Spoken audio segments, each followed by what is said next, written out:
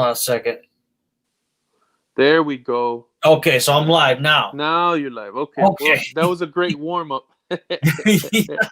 Well, to be honest with you, I was sweating it out for a while because I was like, wait a second. I mean, when you popped up, man, I was like, oh man, gee, who's in the house? I love Oh, it. oh, here we go. Here we go. Okay.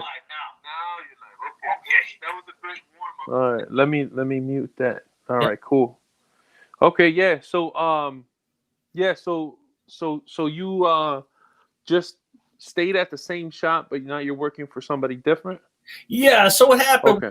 what happened was I was at the shop for 3 years, and a guy that's in a shop maybe like I don't know, a few miles up the road came into this shop one day. I guess one of his guys quit, and he's like, "Hey man," he's like, "One of my guys quit. Can you help me out? I'll tell you what." He goes, "What are you making now?" I told him, and then he's like, "Oh man, I can pay you way better than that, and you won't even have to be wrenching anymore. You won't have to diagnose anything anymore. You don't have to have headaches of worrying about do I get the diagnosis correct, or do I have any comebacks or this or that, so all he said to me was, "Hey, you'll be a state inspector." Used to be a commercial inspector, which I used to do like dump trucks and big trucks, like stuff like that. Right. Right. So I'm getting back into it. You know what I mean? And I did that. I did that at Rodman, a Ford dealership for a certain amount of time. I did that for about 3 or 4 years, just Okay. inspected. That's all I was a Massachusetts state inspector. Okay. Cool. You I know, actually I just took my work truck Friday. I had an early day and I took it to get inspected Mhm. because my permit was up. Yeah, So I gotta go every year because it's got a DOT number on it, an yeah. ICC number. So yeah, I'm very familiar with that. Yeah. Yeah, so commercial inspections like way. I'm doing like regular, like small trucks and cars. He doesn't do commercial, but Oh, okay. So that's because of the state that you're in. See, out here we don't need a inspection safety sticker mhm. on the Okay, truck on the smaller trucks. You yeah, need them on you have to have the MCC numbers, the mhm. USDOT number, and then you gotta get the safety inspection. Gotcha, gotcha. Yeah, yeah, okay. So But you guys do have to do it for pickups and stuff. yeah, so small cars, pickups, and the heavy duty stuff like Clayton's truck, Right, right. stuff like that. I've done like dump trucks, but this guy's a small shop, so he's only doing like cars and trucks. I, Okay, I'm the only inspector there that could do well. I could do commercial if I went for it, but I'm going to be doing actually school buses. So okay. so like cars, trucks, and school buses. All right.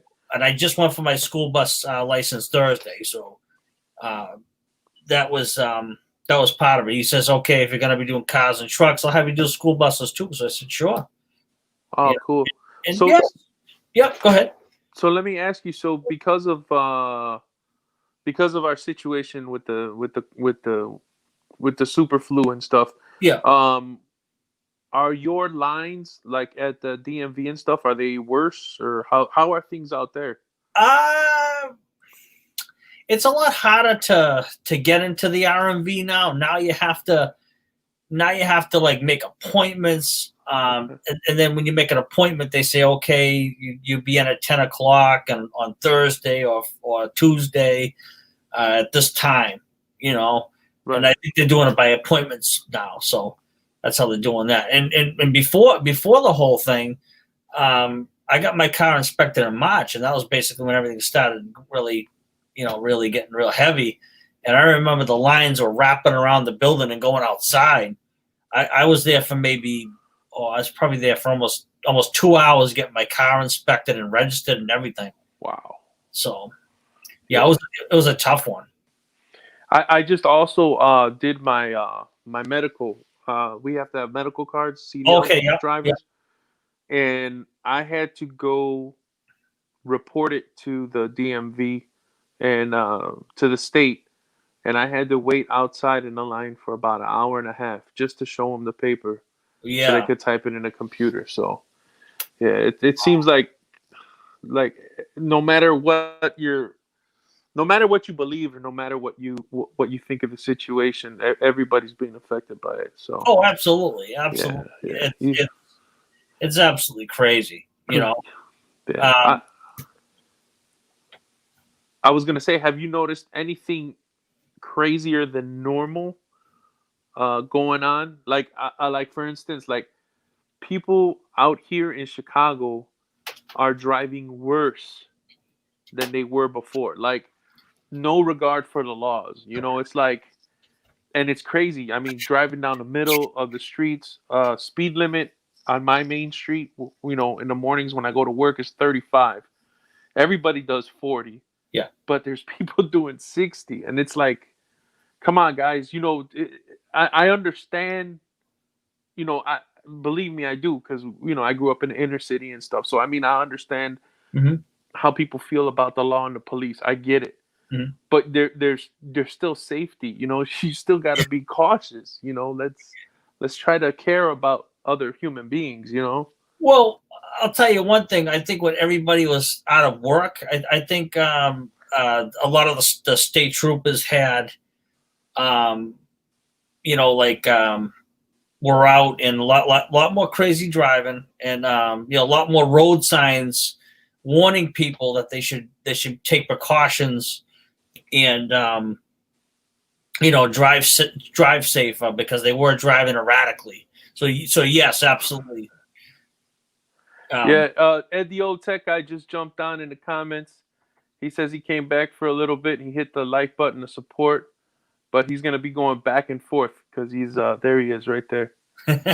So, all right. So he What's up, says man? we're good with the camera and the microphone. Yep. Excellent, excellent. Nice. Good levels. That's awesome. Nice. Yeah. So Absolutely.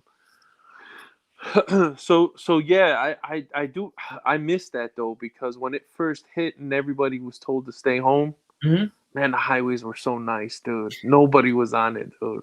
It was so awesome. I was actually off for 1 month, and I was making more money than I was working. Right. That was the crazy thing. Yeah. So it got a little funky. I have to say, it got a little funky. And Yeah. and yes, you are right. The driving, and the craziness of what was going on. Yeah, I did notice a difference. Yeah. It was a pretty good difference. Yeah, I think it's becoming harder and harder for people to go back to normality, Yeah. because it's just it's so crazy right now. But um, I don't think we're ever going to get back to normal. It's uh, gonna it's gonna be a long time. yeah, Probably will be a long time. But yeah, if we ride it out, I think we're gonna be okay. yeah. We as You know? as long as we can Yeah. keep our sanity. Yep. Well, that's the whole thing. That's what's really keeping us going. We got to keep our sanity and just ride out the storm. That, That's the biggest thing. Just ride it out. And eventually it's gonna go away. Who knows right. when? But it's gonna go away sooner or later. You know. Yeah, yeah, yeah. Ed, the old tech guy. I also mentioned that to Joe about the different streams. But I mean, you know what, Joe? It's a good warm up, Yeah. and that's what you got to get used to. You got to get used to pressing the live button. You got to get used to. Yeah. You know what? That was like having the camera lens over the camera. Right, That right. was to that. Yeah. So I actually got Ed's a he's super cool, man. absolutely, I love it. We kind of were talking about this whole YouTube thing, Hmm. and I'm the kind of guy that jumps in the water and then gets out and tells you it's cold. Yep. Instead of touching the water with my hand or something, I got to jump in first. But I'm glad I did it. I've really enjoyed myself, and it's been a little bit of therapy as well for me. Yep. So man, this is a good thing. But I don't know about you and how your approach. I don't know if you're going straight for the monetization. I don't know what are you like. What are Uh, your goals? Like, what are you trying to do? Me myself, I'm I don't think I'm really worried about that stuff. I'm more like a, I like that, I have a handful of subscribers that, they dig my stuff, they check it out and they're like, yeah, man, this is cool stuff. You know what I mean? And that's pretty much the bottom line. You know what I mean? Uh, if I had, if I had like, even 20 subscribers, it wouldn't even bother me. You know what I mean, or anything like that. I just figure a handful of people, you know, they're digging my channel, and so far so good, and all the other stuff, it doesn't really bother me, But I'm just having fun doing it, and when I get some comments, I'm loving that kind of thing, So that's Yeah. that, that's about it. Kind of like that. Now, what about you? Well, actually, I'm doing. I guess you could say it's kind of like an experiment. So what I'm trying to, and this drives Ed crazy, by the way. He doesn't dig this, but um, I'm trying to see how far I can get without dumping any money and without making any money. Yeah. You know what I'm saying? Like, I just got my phone. That's all Yep. I got. Hmm. I'll buy a stand or so. I tried to buy a microphone, but it didn't work out. I guess the microphone was too old. Um, but I'm trying to see, and I'm doing all my editing on iMovie. Hmm. Um, so I'm trying to keep the low budget and see how far I can get. And as far as monetization, here's the part that I like. If you're not monetized, they won't play commercials on your videos. So if they don't play commercials on your videos, then people can see my video all the way through if they choose to. Hmm. Because one of the things that I'm not knocking monetization. I'm not knocking it. But Yeah. there are some really good YouTubers, and I don't even think they're YouTubers. I think they're more tradesmen Hmm. than they are YouTubers. Yeah. And I love to see how they build stuff and how they put stuff together. But man, it's so annoying to get hit with that ad. Yeah. You're enjoying the video and then boom, Yep. you get hit with the ad, Yep. and it's like, oh, now you got to sit through an ad. But of course, you know how it goes. If you pay the extra X amount of dollars Hmm. on YouTube, then they won't play any ads. Yeah. So it's like I understand it's a money thing, and I understand people got to make money, but um, I'm trying not to go there. I'm trying just to be that. I'm trying to hopefully be the only guy on YouTube who you can watch my video straight through and not get hit with a commercial. Man. I mean, that's good stuff right there. As far as everything you just said, that's where I'm at. You know what I mean? Mhm. That's exactly where I'm at. I'll tell you that. I'll tell Ed that. Tell everybody out there. But You know what I mean? but but there's a big but, and it's not my but.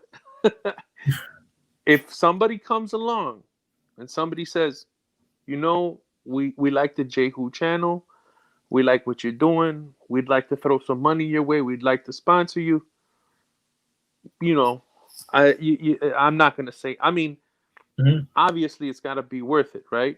Yeah. And even if I could tell them, okay, well, I'll work for you, but don't worry about the money. But I need a new camera, I need a new microphone, I need a computer.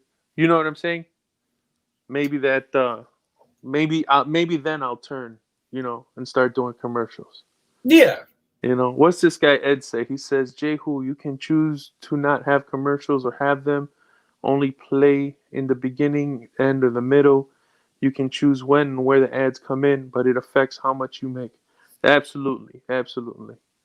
And I don't want to have that monkey on my back. You know what I mean? I don't want to make that decision of where I'm going to put commercials or not. I'd rather not have them, and I'd rather have somebody just straight enjoy my content. Yeah. Yep. Sometimes it's like that too. You know, as far as if I had to have commercials or whatever, you know what I mean? I'd have to have them. I'd have to have them. But if YouTube changed anything, you know what I mean? But Right. yeah, I mean, either way, I just enjoy doing it, man. Yeah. Good. You Good. know, Yeah. and that's the whole thing. You know what I mean? And that's I bet you a lot of the community probably says the same thing. You know what I mean? There's maybe, you know, I mean, some people just want to hit it hard and get basically make money all the time at it. But it's tough. It's tough. Yeah. That'd be a And tough thing to do. and then I think, and this is me speaking personally, I'm too old and I'm too ugly to make real YouTube money. You know, I would say that, Jay. that's Man. but that's the cold-hearted truth. You know what I'm saying? You got, and I'm pretty sure, and I'm not knocking it. I'm not knocking it, but if there was a pretty younger female that made my videos and had half of her clothes on, her numbers would be through the roof. You see what I'm saying? Yeah. And it's like, you don't want to hate on it, right? But at the same time, how fair is that? You know, or or even but like I said, that I guess that's why we got to do it and have fun with it. Yeah, that's the whole thing. You know what I mean? It's just like Ed said right here. You know what I mean? It's having the right balance, and sometimes the commercials can pop up into it. And it does become annoying. But yeah, I mean, for the most part, yeah, what you're saying too is, I mean, there's lots of variables, Right. lots of variables. But like I said, we're in it for fun. Yeah, yeah. And we're in it for fun to have a good time, and people like our stuff. That's how I look at it. Then we'll keep rolling, right? And Yeah. Ed brings up a good point also. There is other ways, if you're gonna make money. There's other ways other than commercials. Mm-hmm. He brings out AVE. I don't know if you've seen that channel. No. That you got to check him out. He's funny. Mm-hmm. He's a little dirty on the language, but he's a funny dude. Actually, you know what? I might have seen his channel. One is he like in the tool community or? Yeah, I would say he's the tool community. I might have seen one of his videos. I think it was on like electric ratchets. I think. Right. But I could have seen one of them. Now that I think of it, yeah. Yeah, and he does some pretty goofy stuff. Like he'll use a forklift to open a box. Oh yeah. He'll. Yeah. It's really it's funny. Yeah. But like Ed says, you can have Patreon. Mm-hmm. You can sell merchandise. I know there's some people that they got some really good merchandise and they push their merchandise. Yeah.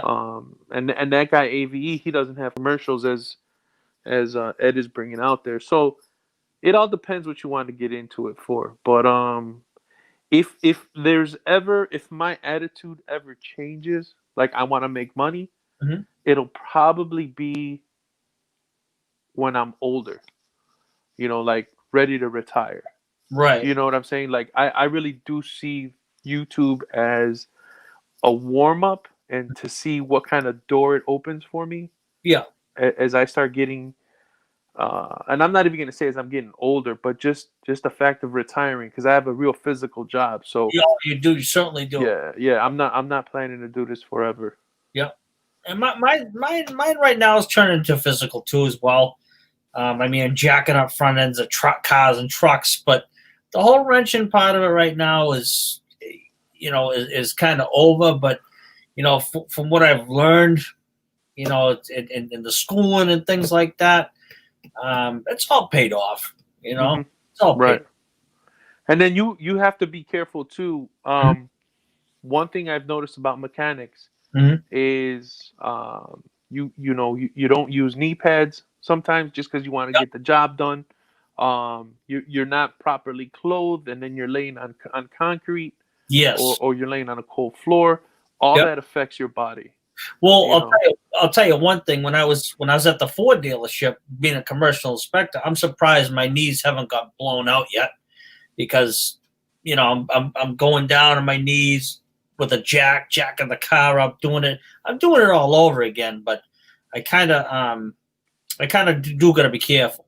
You Right. want Yeah. to- Yeah.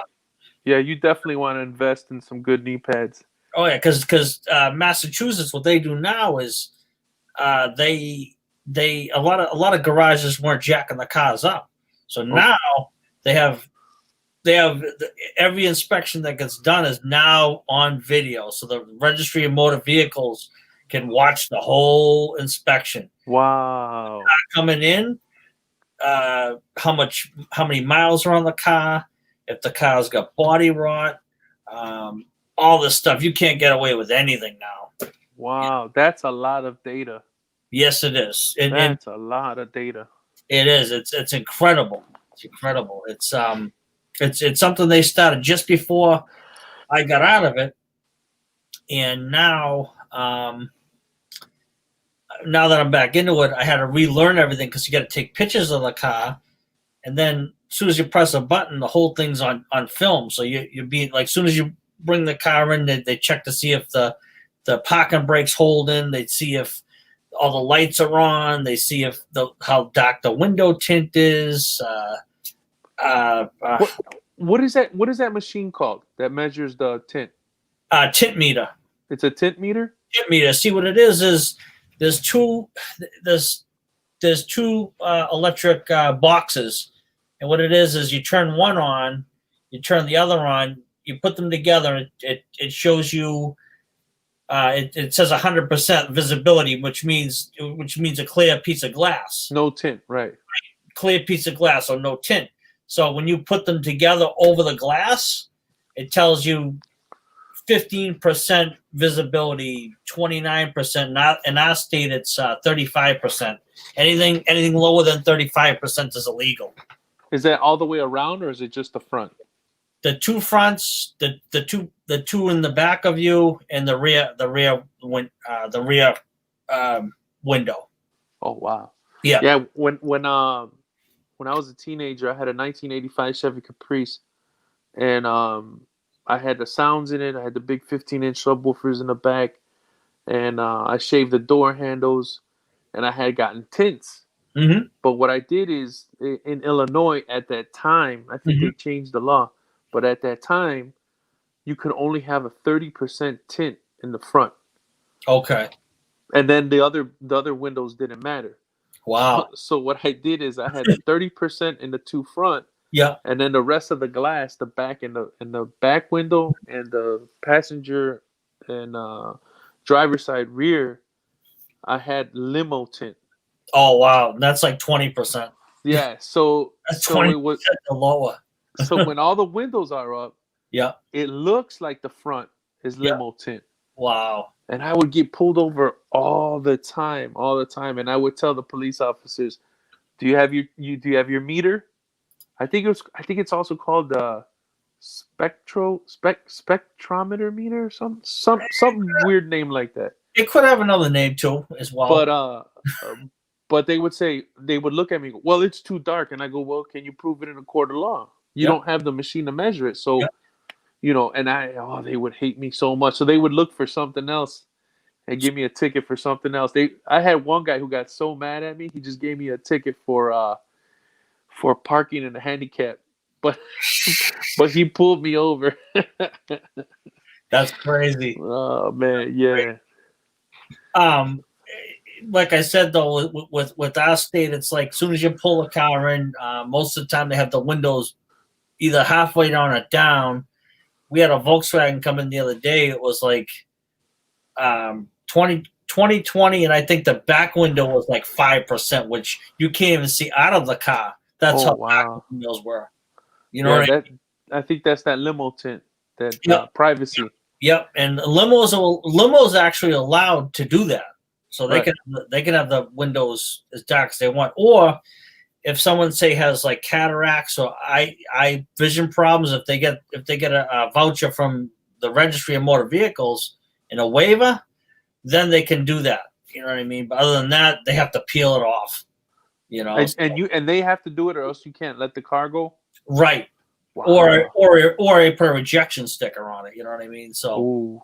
yeah. So but then they're not allowed to drive away if it has a rejection sticker, right? Technically, you're not supposed to, but it depends on what I feel it for. If I feel it for like the front end, the wheels are about to come off, it's gonna stay there. Right. You know, because if I let them drive away and say something happens, they could I could sue the garage. Everything else is just bad that way. Faded license plates, things like that. They can get you on that, because they have to see it visibly from 60 feet away. That all came about with the with the Homeland Security thing. As soon as that came to about, they were stopping people, and they and I think it was Cape Cod. They stopped at least 350 or 60 cars with all like faded license plates. Yeah, so that was a big thing too. Well, it's funny that you bring that up about faded license plates, because over here in the state of Illinois, I guess they changed the way they were doing the plates, and the plates that they were doing for a certain period of time, they just started rusting. Oh yeah. So like the rust would just be a big ball of rust on the plates, but they didn't make it mandatory. But they said to come back into the DMV. And pay $5 and you get new plates. Well, nobody's gonna pay new plates. You know what I mean? Well, we talked about earlier too. We talked about the whole thing with the Corona thing, and to be honest with you too, the whole license plate thing. It's $10 to get a replacement plate, but the wait on it's about a year. So if you fail somebody for a plate, they'll have to drive around with those faded, crappy plates for a year until they get a new one. They just have to drive around with a waiver saying that the plates are on water. Wow. Okay. Yeah. So Well, at least they get a waiver. That's cool. Yeah. They'll give you a waiver, but that's the whole thing there. So but the whole state inspection thing it's pretty good. It's just that now now I'm not as like as involved as I used to be. I still I didn't lose any of my skills or anything like that, but you know what I mean. I'm not using them really at all now, but it is what it is. Right. Hey, Ed's got a Honda Accord question. He says he wants to mod it out. What do you think? Yeah, put a supercharger.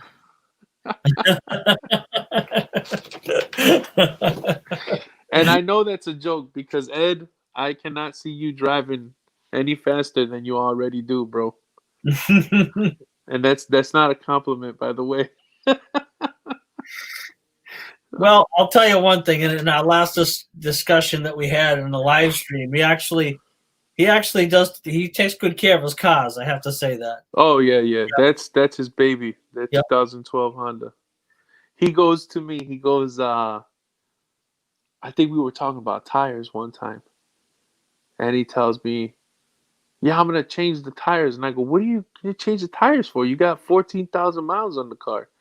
Oh, they have a date on them, and it's past the date. And I said, I'll tell you what, you change those tires, I want your old tires. And he goes, well, what are you going to do? I'm going to put them on my car. They're still good. Let's see. What did he say? He says, it's not a joke. I really want a supercharger. I don't know. Well, I mean, if you want to go that route, I mean, you want to squeeze a little bit more HP into it. You could go that way. You know what I mean? It's just that kind of thing. Turbos, lots of variables. So you have to have everything all in sync to do things like that. That's the whole thing with that. You know what I mean? And not a bad idea. It's just that like there's just so many variables. So let's say if he wanted to, Mhm. where would he start? Because obviously, if you're gonna make the car go faster, would you start like I guess I Like know as a top kid end, I top used to end, top end. like top end, work your way down, or is that what you were asking? Yeah, like do you start with the brakes first and then move up to the engine? Uh, Or would you start at the suspension, then engine, or engine suspension? How would you do it? well, like I said, as far as variables are concerned, I mean, that wouldn't be a bad idea because I mean, because you need good stopping power. So that would be consideration. Then like stuff like suspension, then you would think of like, do I want like a coil of a shock suspension? Do I want uh, do I need to bring my camber out like that? For road handling. You know, um, but yeah, there are a lot of variables, and where to start is think about what you're doing and then go from there. As far as I want to do this, I want to make more horsepower, so I'm going to have to make these changes to the car as well. So So so basically blueprint it. You want to get a good exactly. blueprint. Okay. Exactly. You have to have the game plan for the cars, especially if you want to add those modifications on.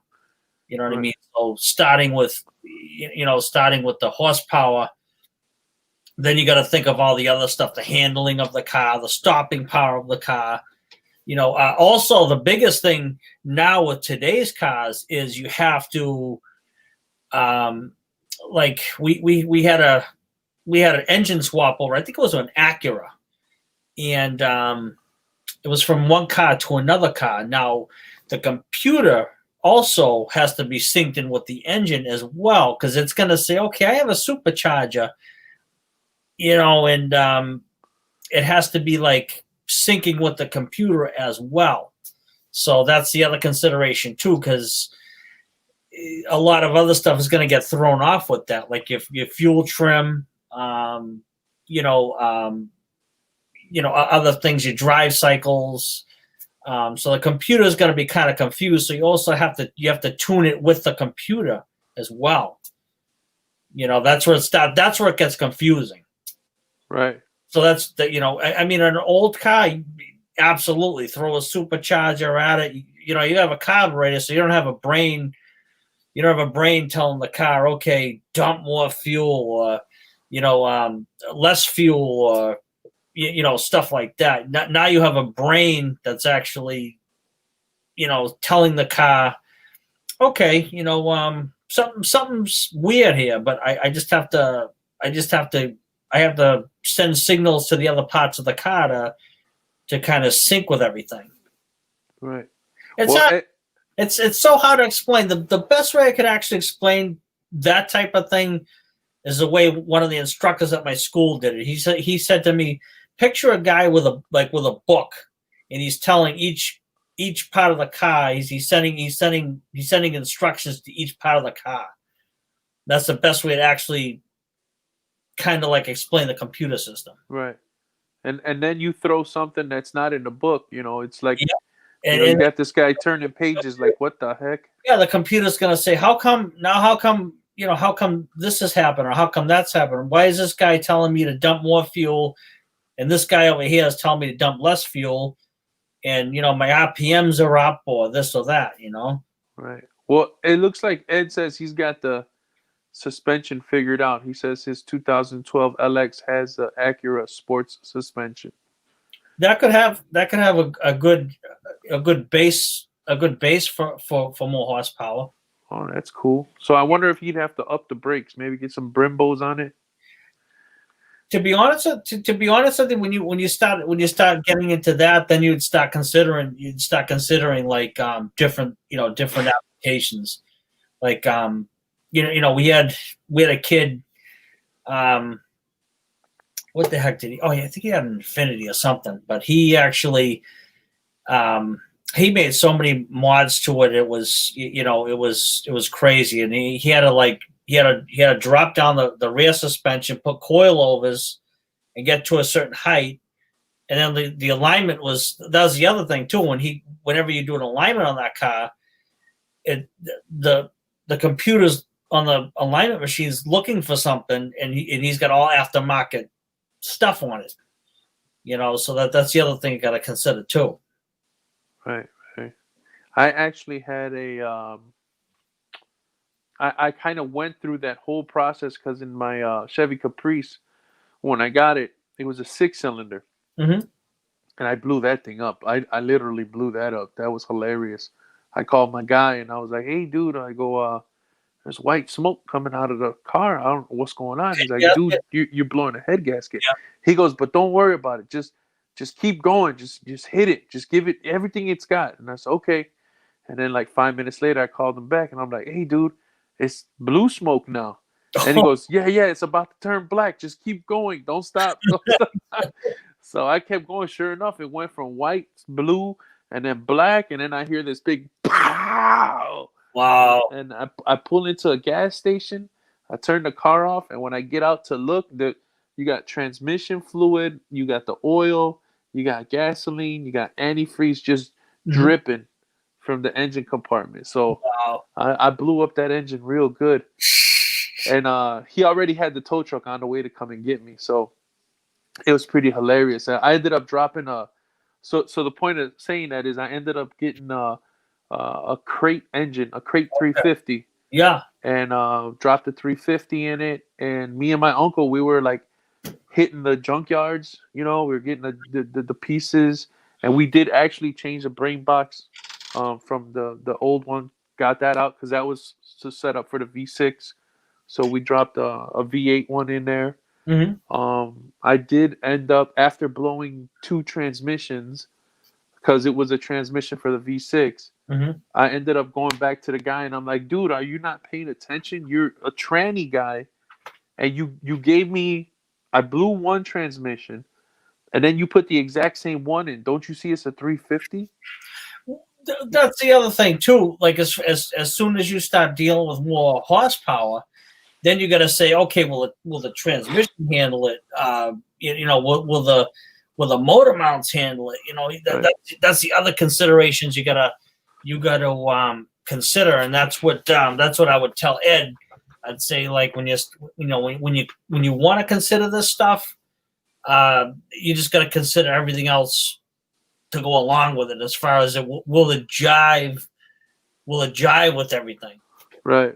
And that's a good question you have to ask yourself. Yeah, and then of course you got to have a budget, right? Yeah, the budget is important too. but you know how it goes, man.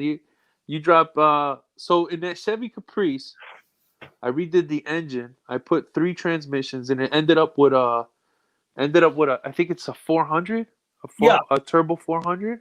Okay, yeah. And that worked fine on the 350. That was fine. I ended up taking it to the body shop. Got it ready for paint. But my dad, because I was like 19, so he pulled the plug because he found out what I was doing. So he pulled the plug on it. I was getting ready to do the hydraulics because I was going to turn it into a lowrider. Yeah. And I was going to throw, at the time, it would have been, this was in 95. Yeah, it's 95. So in 95, it would have been a $5,000 paint job. Wow. With the candies. I had the color all picked out. Wow. I ended up dropping maybe $10,000 into the car. Wow. And ended up selling it. You ready for this? $2,500. Something. I think we're all guilty of that. I've done that myself. I've actually done that myself too. I took a bath on cars too. Yeah. Dumping a lot of money into put a lot of wrench time into it. Nice paint scheme, things like that. Get everything collected for the car, the moldings, nice things changed over. And I'm guilty of that myself. So Ed says there's no lowriders in Massachusetts. Is that true? No, actually, that's there are a lot of low riders around here. That's cool.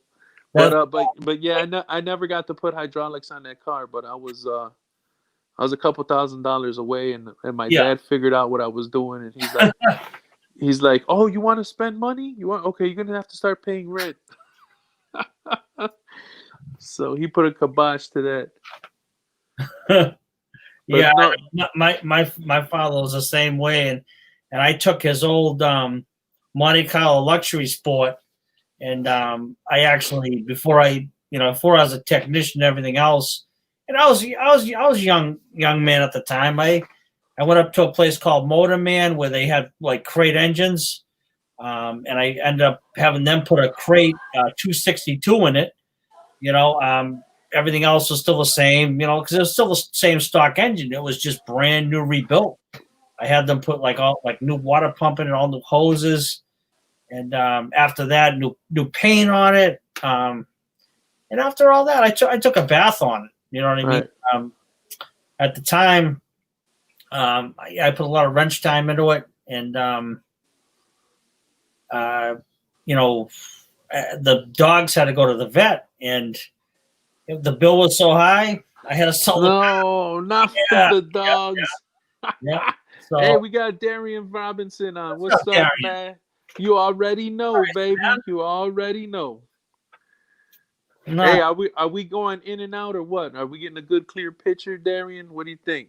it looks it to me, man. It looks it to me. That's cool, man. You got Darian around? He's he says we got to get it lit. That's right. Well, that's why we needed you to come on, Darian. Yeah, We're man. gonna rely on you to light it up, baby. Yep, absolutely, absolutely. I'm glad of that. I'm glad Oh, of.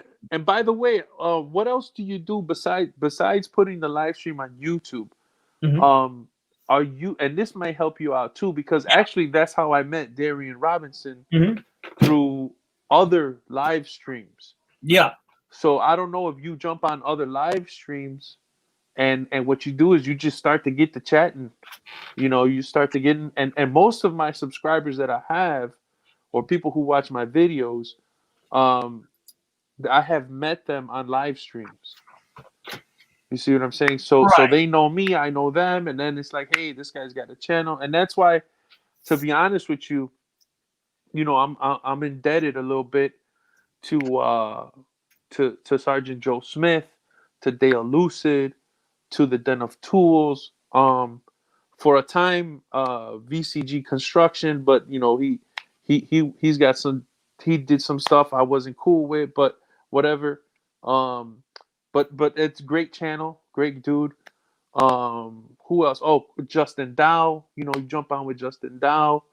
So if you get yourself out there too, Joe, Mhm. that's how you'll get your subscribers, man. But it takes time. Again, it takes time. Yeah. That's the thing. If you don't have time, I understand that, but that's gonna help you to grow this channel. Absolutely. I mean, I try to make as much time as I can, and but yeah, you're right, man. Time is the biggest thing. You know, um, I'm trying to fit in as much as I can. Right. You know, but yeah, it's just tough to balance everything. Like Ed talked about earlier, if you can have that balance, you're doing pretty good. You know. Yeah. Yeah. Yeah. And I know it is tough. And then I've had some conversations with Ed, Hmm. with Dale Lucid, Yeah. and I won't go into details, but sometimes you gotta bite the bullet, right? Hmm. Sometimes, and I'm not gonna mention any channels, but there are some channels that I watch, you know, but I know that that person's not watching my channel, Hmm. which is cool. That's fine.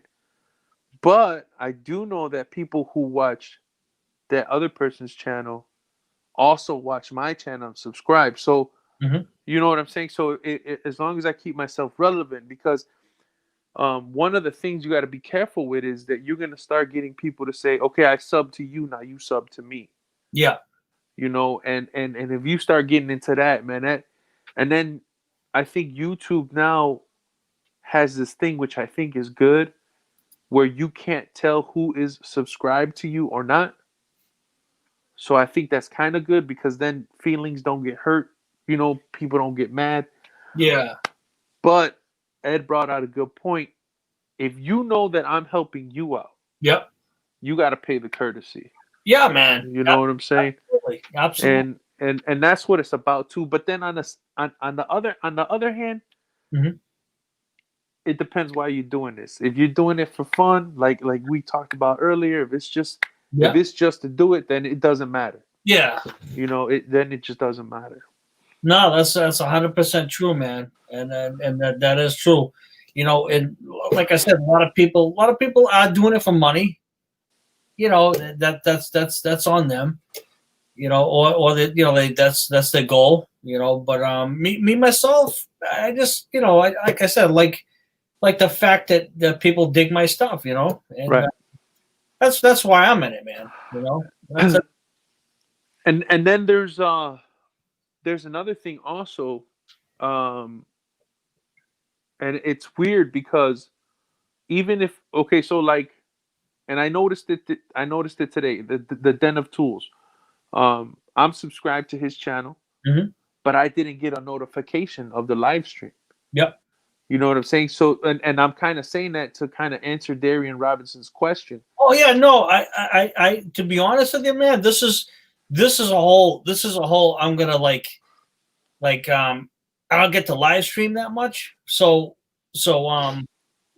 100% as far as this live stream tonight, I was just like, I have a chance to do it. So, you know, that's not gonna try to do. I'm probably, I might get a turnout that's high, low, whatever, but I want to do it for fun. And you know, and like I said, it was a last minute thing. I wish I could have, like Darian said, I wish I could have thrown it out there to show you guys.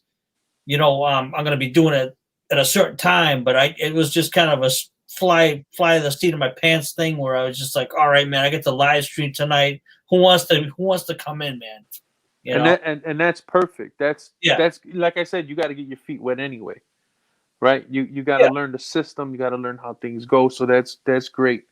Um, but what I was getting to was, now when you do your videos, and I don't know if Darian knows this, but you got to not only ask the people to like and subscribe and share, mhm. but you're gonna have to ask them also to hit the notification bell. Yeah. You know what? And you're right. A lot of like the videos I've done, I don't think there's, to be honest with you, I don't think there's one actually asked that question. So Right. you're absolutely right. I always forget to ask that question, and I Yeah. don't. One of mine have actually asked that question. So Because I think that's a new YouTube thing. So now, um, they don't really care about your subscribers no more. I guess I don't know how it works. I'm not, like I said, since I'm not in it for the money, I'm really not really up with it. But I did notice, like I said, today I never got the notification that the Den of Tools was gonna go on. mhm. And normally I do, Yeah, but you know, and then sometimes if you don't watch your subscriptions, sometimes YouTube will actually cancel your subscription, so you have to resubscribe. So there's a lot of goofiness going on too, yeah, with that. So you know, just pay attention to that. Just watch out for that. yeah. I, And like I said, like a lot of times, I there's a lot of things, you know, a lot of things as far as guidelines I should be following, you know, and sometimes either forget or, you know, or it's just like one of these things that's just like last minute, you know. right, and Past, yeah, and it's cool. You know, like I said, I mean, I know the bear. He's got plenty of mods anyway, so you know, I know they're not missing me. But I did check in with him. You know, I made sure to let him know that, you know, gave him the thumbs up or whatever. So, and Darian, you're right, man. I think, you know, when we love something and we can get into it, You know, I don't think I'm at the point yet where I love YouTube, but I am enjoying it. But I do know that the content that Darian, man, I could tell he loves his tools, man. And you too, Joe. Yeah, You man. guys in tools, man. That's awesome. I, I I actually I agree with you, man. I've seen some of Darian's stuff, man. It's pretty sick stuff. You know, that's good. Right, right. That is good stuff. He's got a nice channel, man. Yeah, yeah. And I think he the last couple I think he did on his phone. Was it his phone? Yeah, I think that was the issue. He was doing it on his tablets and then he jumped to his phone. Man, what a difference, you know. I don't know what you're using right now, Joe. Are you using phone, tablet, webcam? What are you using? I'm just on my Apple computer. Oh, you're on the computer. Okay, all right. Computer. Yeah, because no, your picture's coming in real good. No, this computer wasn't used for a long time, and when I first started out doing YouTube stuff, I've been using the computer for putting it on there, all that type of thing. It's been coming out beautiful. Cool, cool. So now, when you say computer, when you get to your editing, Mm-hmm. now some of us, like Darian, I asked him this question in the past, and he says he's kind of normally a one take kind of guy. The only time he really stops his video Mm-hmm. is to take tools out of the cart. Yep. And then he starts it up again, and he flows. So, yeah. Man, that's real cool, Darian, because I know me and my words sometimes I get tripped up, and I got to go back and I got to edit and I got to cut things. But man, Darian does a good job the way he speaks, you know. And he's got his little swagger when he talks. I like it. I like it. Nice, man. That's good stuff right there. And hey, I'll tell you something right now. If Dale was here, if Dale Lucer was here right now, he'd probably tell you my microphone is an empty can with a string on it. There's fucking beans on the side of it. Yeah, I think Ed is not gonna let you off the hook until you get a camera, man. And like I said, but you know what, man? It's all good though. It's all good. I love it. I love it. I love it. And like I said, everybody's in it for different, you know. But it's funny because Ed is like, dude, it's $20. Just get the camera, man. Or he's like, just get the microphone. It's $20. I just recently came up on a new tripod, and the tripod that actually holds the part that holds the phone. Mm-hmm. I laid it down on the back seat of my car, and I don't know what happened, but it broke. So I'm out of a tripod right now, and again, it's only like a $5 piece, but it's just like, man, whatever, I'll get it. Hey, if it's not that bad, not that expensive, it is what it is, man. You know. Yeah, I just got to get off my butt and go get it. That's all. But yeah, man, it's all good fun. Like I said, every time I've heard that comment, I just laugh. I think it's funny. It is funny. It was funny. So, well, one of the things too is I don't know. Have you ever seen Darian's face? Has he ever showed his face on any of his videos? Do you know? I don't know. I haven't gone back and looked at his earlier stuff. I don't know. He says, yeah, no editing. Sometimes I get some stupid comments on how and which way I may say things at the time, but it comes from trolls. Yeah, definitely. I haven't got my trolls yet. I think only you big timers get trolls. I think Ed got his first troll like at 500 subscribers. When he hit 500, they started hitting him up. I was gonna say I'm too small to get I'm too small to get something like that right now. Yeah, we're not on the radar yet. I guess Ed was joking with me the other day. He said you're starting to get some bots now. Oh yeah. Yes. Said something like "sexy girls 18" or something, whatever the heck it was. I was laughing. I said, "Oh, jeez." in the comment section. Yeah, I don't. Yeah. It's pretty I said, what hilarious. the hell is this? You know? But you know what's kind of funny? Mhm. I have started to get people subscribed to my channel that are from the Middle East, from I want to say it's parts of Africa. Mhm. But I when I go check out their channel, dude, I can't. It's not English. Yeah. So it's like, man, as much as I appreciate you subscribing to my channel, I'm not jumping on it, bro. I don't know what you're saying. I don't need that. I don't need the DEA or CIA knocking on my door. I'm good. No, I can't blame you, man. I can't blame you at all with that. Yeah, Not at all. but I did have. Oh, here we go. Darian says, I have one video. I show a side shot of me, but I do not put my facial recognition on YouTube because I have a professional life outside of mechanic, so I do not put myself. And there's plenty of guys like that too. There's a Grimmy. Yeah. He doesn't show his face either. Ed was not gonna show his face, but he was kind of pushed into showing his face.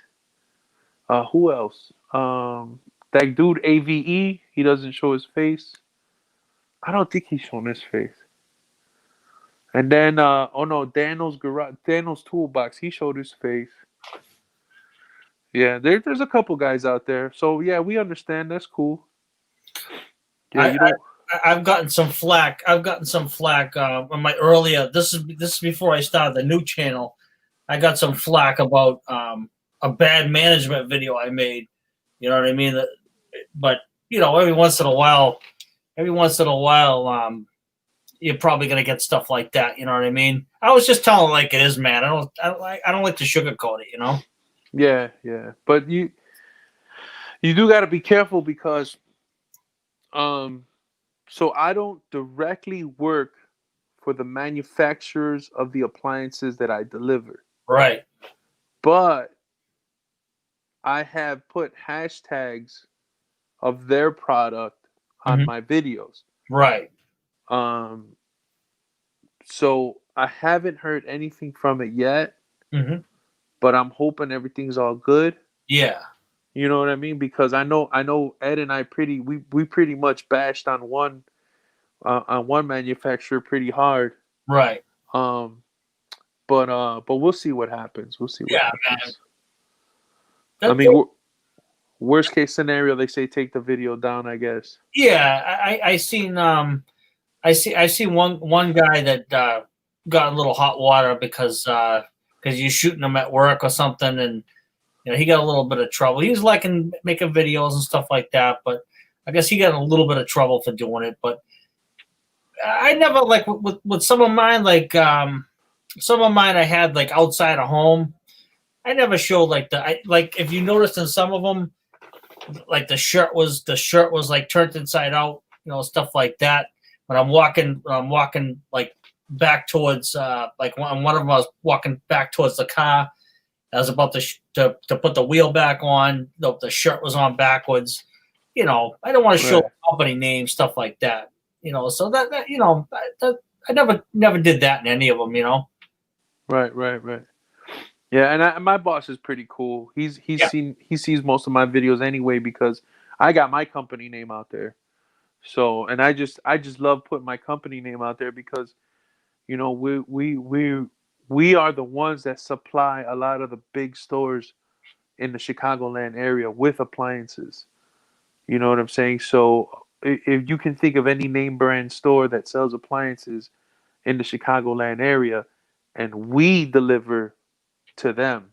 Right. You see what I'm saying? So, and now with this whole thing that's going on, there's one particular store that's 6 to 7 weeks out. So if Mm-hmm. you go today and you buy a refrigerator from them, they're telling you have to wait 6 weeks. So what we are doing now is we're starting to pick up some of their work. So I guess that's good work wise, but we'll see how it plays out I hear. in the future. Yeah. Yeah. So real quick, I just gotta let you know. I'm on an iPhone right now, Mm-hmm. and I'm plugged into the power port, and my battery is low on the phone. So Okay. if I disconnect the headphone, I'm gonna have to maybe jump on. Yeah, I'm gonna have to jump on my computer. So if it goes black for a second, I'll be right back. Okay. Yeah. No worries, All man. right. No worries. How late were you planning to stay on?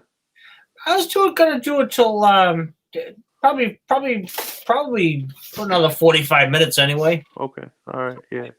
So if I black out, that's what happens. All right. Yeah. No worries, man. So far so good. So far so Cool. Cool. good. That's good. Arian's comment there, man. You're 100% right. You shouldn't sugarcoat it because a lot of times you're not gonna you're not gonna. It's not right when you do that.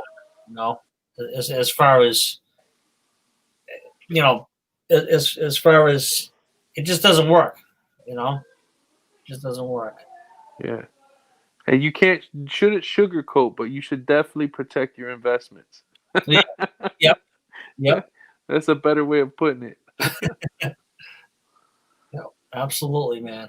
Um, you know, that's um, that's something I never really believed in. You know what I mean? As far as covering things. You know, because So yep. go ahead. No, you go ahead. I was gonna say, so are you a dad? Well, yeah, I got a stepdaughter. Yep. Okay. So is she driving age or she's Yeah. past that? Oh, What did she ask? What did she ask you? Did you go through the whole first car situation or not yet? oh, yeah, that was a long time ago. Okay, all right. Yeah. So she's older then. Okay. She didn't ask you for anything crazy, huh? Oh no, no, the whole as far as cars are concerned. Yeah. No, no, this is like I dealt with that years ago. You know what I mean? She started with like a Chevy Corsica, Okay. and then up to all different ones, a Buick Century, and now she's in a Ford Fusion. Ford Fusion. That reminds me. That's when I worked at the Ford dealership. Okay. What Friends, year was it? what's that? What year was it Fusion? 16. Oh, okay. Cool, 16. cool. Oh, it was brand new. It was a brand new hybrid. Nice. Yeah.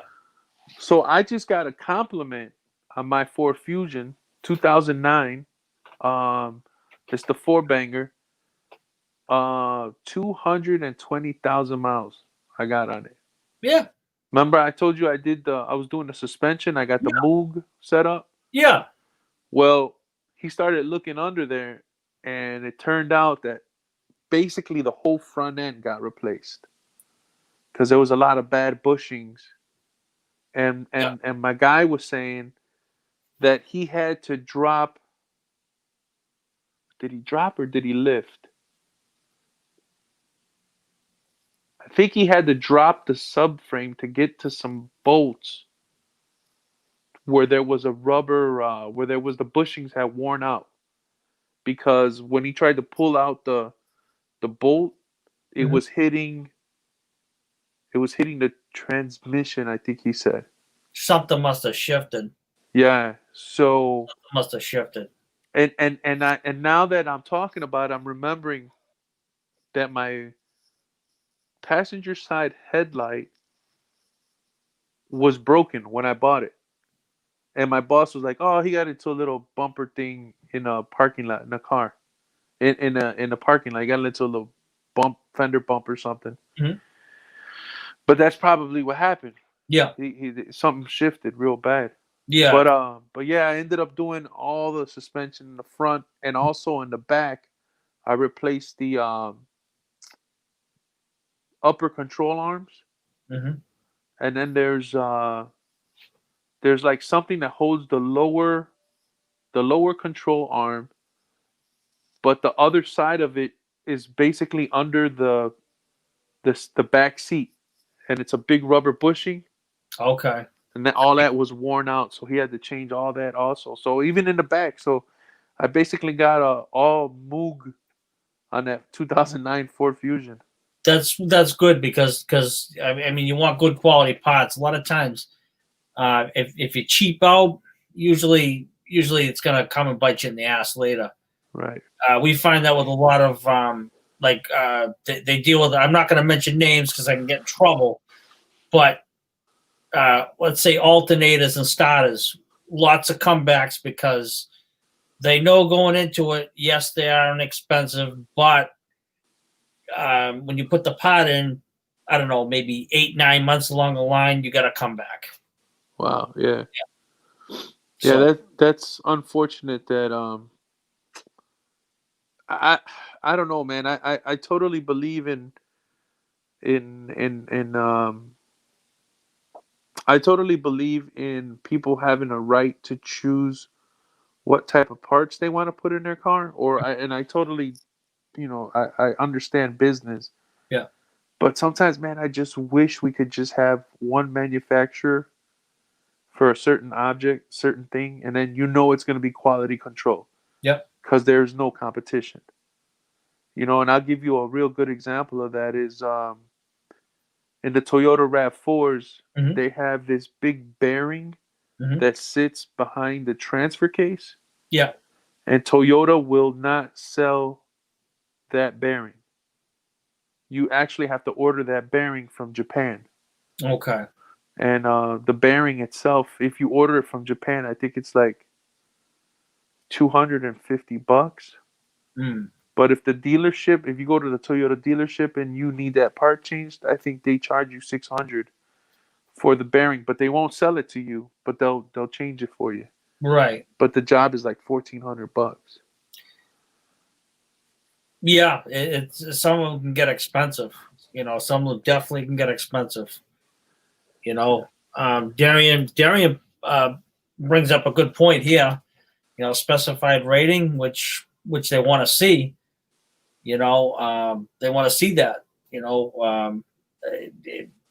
lot of times, like I said, aftermarket parts, they might be close, or they might be, they might not be made the same, and 9 times out of 10, yes, there'll probably be a comeback.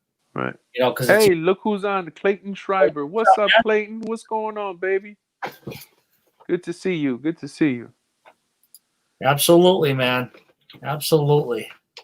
Thanks for supporting my boy Joe Burgess over Yeah, here. man. All you guys on here right now, you know what I mean? We're trying to do it. Yeah. We're gonna, like I said, every once in a while, you know what I mean? I knew this one was gonna go against the grain, but like I said, it's all good. It's all good. Sometimes the turnouts on certain days a little tougher, but we'll do all right. Yeah, we'll get through it. We'll get through it. So on that, also on that Fusion, Mm-hmm. the mechanic that I got that works on it, he says that car, that engine in that car, the 4-cylinder, the EcoBoost one, the one that you Yeah. mentioned, the hybrid. Yep. He said those are really good engines.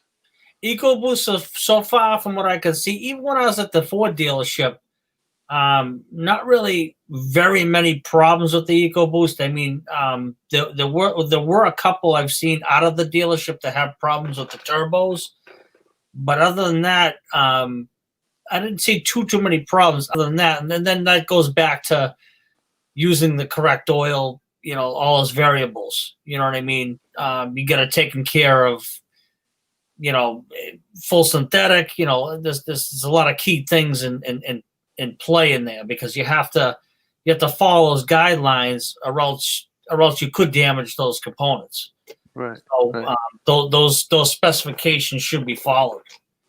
And then, like you said too, unfortunately, sometimes we think we know what's better than what's recommended, right? Yeah, well, that's going back to that stream Ed and I did a few months ago. They were talking about like different shops and how they approach it, you know what I mean, and what they're going to use. I've had bosses where they don't care, and they tell you, throw any old junk in here. I don't care what it is. it's a rental car. It's a rental company. Throw anything in it, and the car's not going to last that long. And the poor person who buys it after the rental company is going to get a piece of junk because I mean, it wasn't cared for. You know what I mean? All the guidelines weren't being followed. Right. So I guess Clayton likes Dodge Hellcats. Yeah, I'll tell you what, man. That thing's pretty. That thing's pretty. What, 720 horsepower from factory? Oh yeah, more than likely. But I know I'd kill myself if I had. I know myself too well. I'd definitely kill myself. I'd be wrapped around 2 telephone poles. Yeah, man. Those things have a lot of power in them. You know what I mean? They do. They do. So what's the fastest thing you've been in? The fastest car I've been in? Yeah. Probably my dad's 73 Chevelle. Really? Yeah. With a Okay. when you're talking carbureted 350 engine, 350 turbo tranny, you know what I mean? That's probably, and I learned to drive in that thing. I'd probably say that's the best and fastest car I've ever been in. Nice. That thing had more power than you wouldn't know what to do with. Yeah. Yeah. And then they're so squirrely, man. The Novas, the Chevelles, They were Monte Carlo, the G bodies, right? They're G bodies. They were boats, but I'll tell you what, they can get down the street, man. Yeah. Those things could get down the street. All the people. I can remember when I was a younger kid. Just about everybody like the neighborhood, teenagers, they wanted to buy that car. They wanted to buy that car, and then they had they had all different that's when Stingrays were big and stuff like that, but they wanted to buy that car. Absolutely, yeah. Yep. Let's see. Let's ask the chatters here. Darian Robinson, what's the fastest car that you've ever been in? We got Clayton. All right, Clayton. That's what I was looking for. 73 Camaro, small block 406, 11.98 at 106 in the quarter mile, still street legal. That's what I'm talking about, Clayton. Yes, sir. Ain't nothing like that heavy metal. Yeah, man. What about Ed, the old tech guy? What's the fastest car that you have been in and driven? Oh, Clayton still has the Camaro. That's good. Nice. Nice. Hold on to that, baby. Me and my wife were talking about cars today. I had a 57 Chevy 4-door, and we were talking about old steel, and she was talking about that car. I said, I wish you had not brought up that car, because I want to cry when you bring up that car, because I don't have it anymore. Yeah. You know what I mean? And I had everything ready to go. I had everything ready to go in that car, and I sold it to a father and son in Rhode Island, and boy, I'll tell you, that's the only thing I was saving grace. That was the only saving grace. Ryobi, come on, man, Clayton, don't mention Ryobi. Why are you talking about Ryobi, man? Let's see, Darian Robinson. He says, I've always had BMWs. I had quite a few of them in my past. All right, Darian, but what's the fastest? Which one of those BMWs was the fastest?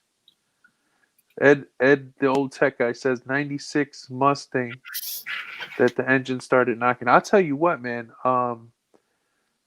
When I became a carpenter, I was going to school to become a union carpenter, and one of the guys that was in the school with me had a 94 Mustang, the 5.0.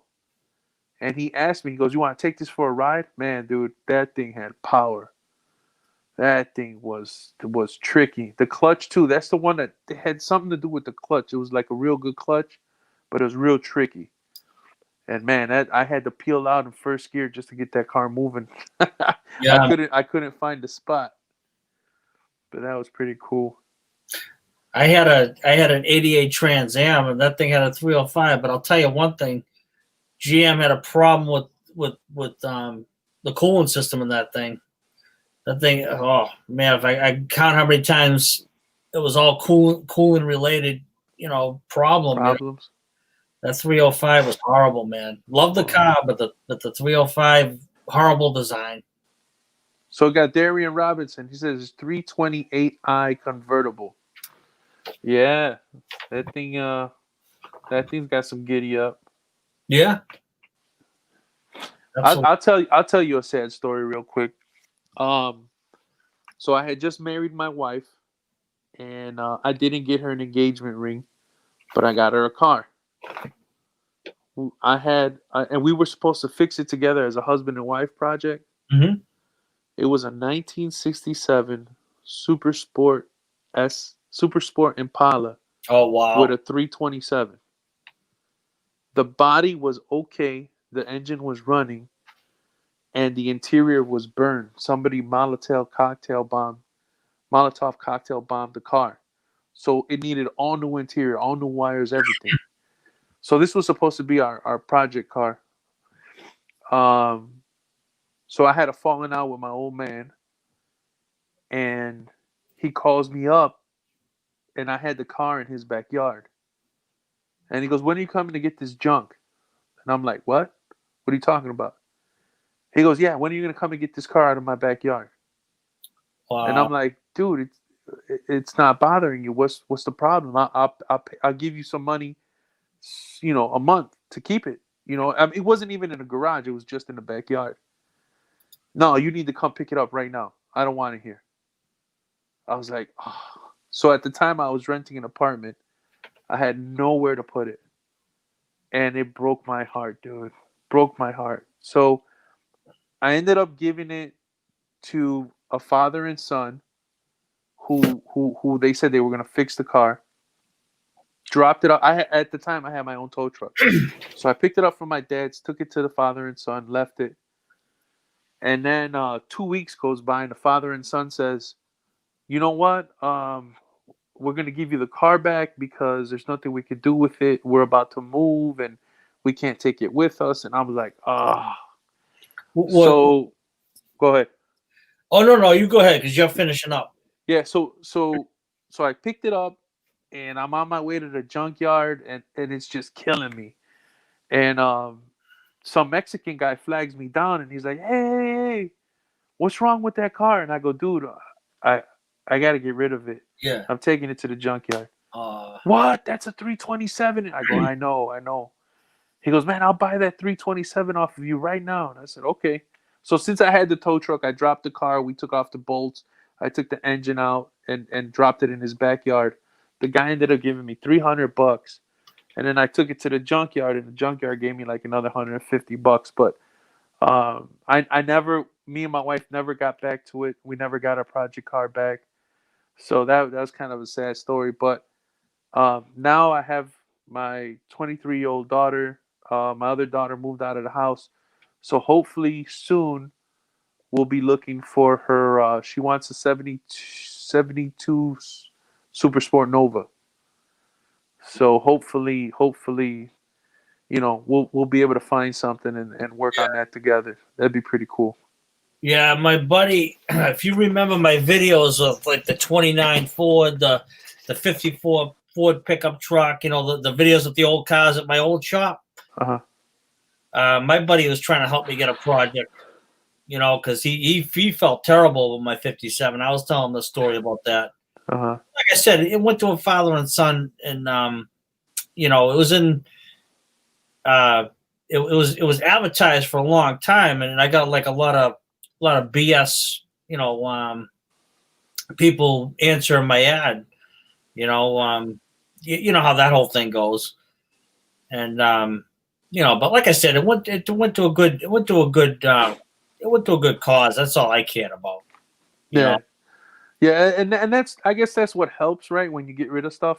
Yeah. If you know what's going to, I would have loved for that father and son to keep it. And yeah. I think Darian's asking me if it was an SS. Yeah, Darian, it was a Super Sport Impala, 67 convertible. It was beautiful. My 57 was a 4-door. A lot of people don't care for the Tri-5s with the 4-door. But to me, to me it was just the body was in good condition. I had a 350 that I got out of a van that I started rebuilding.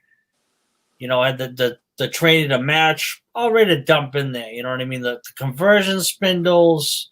I had most of the interior, ready to throw in there. But yeah, it wasn't in the cards. Right. Yeah. Clayton says the SS will be a pricey buy, which I know any condition. Yeah. If you're gonna hop it up, get whatever and put what you want in it. Yeah, absolutely. I'm actually thinking. I haven't looked at prices, but thanks to internet and stuff, I think there's the guy up in Canada. There's a guy up in Canada who sells the junk cars. I don't know how much. I don't know how much work me and my wife really want to get into when it comes to a car. I think she'd be happy if we just jumped in it and started cruising. Yeah. So if I spend too much and it's done, I wouldn't mind. Yeah. But that's a dream right now. I don't see it being reality anytime soon. But that's our future plan for a car. No, I hear you, man. Same thing. Same thing with mine. It was just like we were supposed to go to car shows, things like that. But it's the wrench time you put into it. You know what I mean? Yeah, you can never get that back. Yeah, you gotta put the wrench time and the love into it. Yeah. Oh man, Clayton. Yeah, especially if you're. Clayton says he hasn't touched the Camaro since '07 when his dad passed away.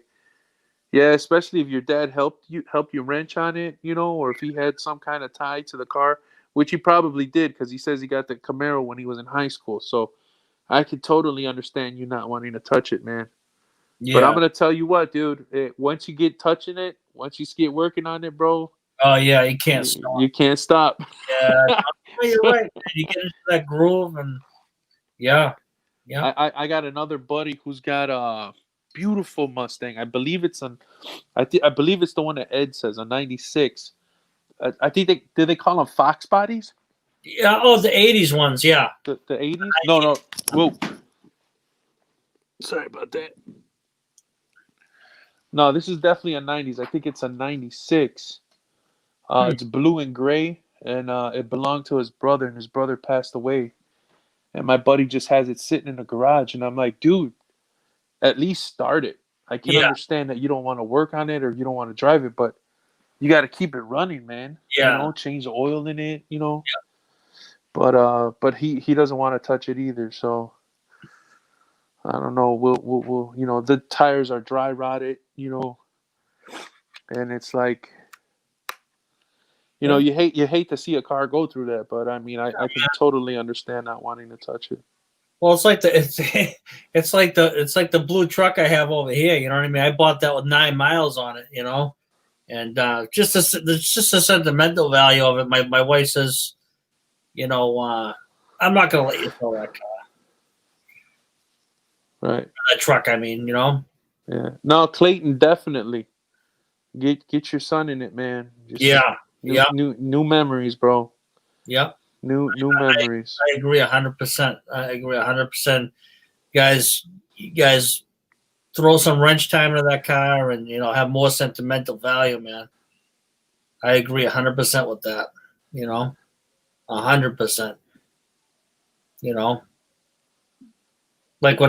Like I said to you before, if I had put more time into that car, I didn't sell it. It might, I might have still had it to this day, but I did, it wasn't in the cards. Hey, are the dogs still alive though, or what? What's that? Are the dogs still? Isn't that you had to get rid of the car because of the dogs? Oh no! Or that was another one. They passed away. They passed away. They passed away years after that. Oh man! Years after that. Hey Ed, where you going, man? You gonna stop by my house with some cheeseburgers or something? He says he's got to drive. Yeah, Clayton, 3 generations into that car, man. That's something else, bro.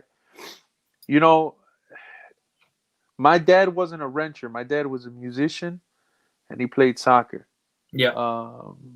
And he was definitely not a rancher. So we didn't spend our time like that on cars, but it would have been nice. It would have definitely been nice.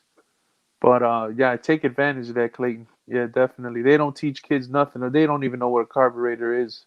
Yeah. Nowadays, it's just throw it away and go get something else. Yep. That is true. Yeah, so got to keep them wrenches turning, man. Absolutely. Absolutely. No doubt, man. Yeah, but anyways, so I am almost out of juice. This thing just popped up again. You want me to charge this thing up and stay on, or are you ready to call it a night? What do you want to do? Um, I'd say maybe. Just a little longer. Not too much. Not too crazy, but maybe a little bit longer. All right, so here's what I'm gonna do. I'm gonna turn my phone off, Okay. get it charged up, and I'm gonna plug into my laptop. Sure. All right, I'll be right back. All right.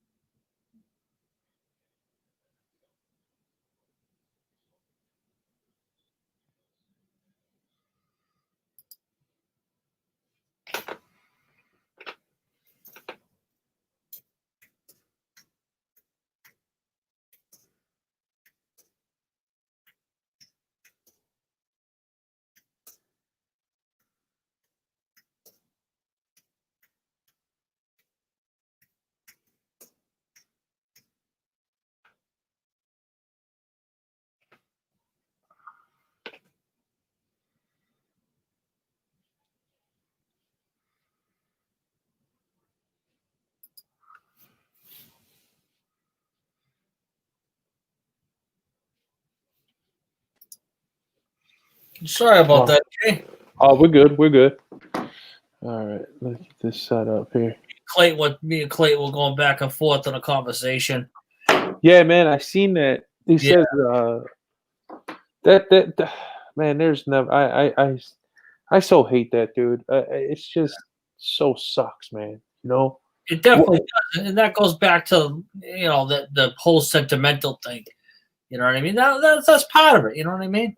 Yeah, I wish that I would have been. I should have done this whole YouTube thing a lot sooner, and I would have been able to get my grandfather and my dad. You know, man, I miss those guys. Yeah, same with me, man. Same with me. Same with me. I mean, yeah, basically, basically, it's tough, man. And there's no easy way to do it. You know. No, there was not. There was not an easy way. There was not an easy way. And it is hard. Like I was telling Clayton, it took me 5 or 6 years to look at a few things, and I got choked up, man. Yeah. I got choked up. I'm actually looking for, as I went to get my car charger. I mean, the charger for my iPhone.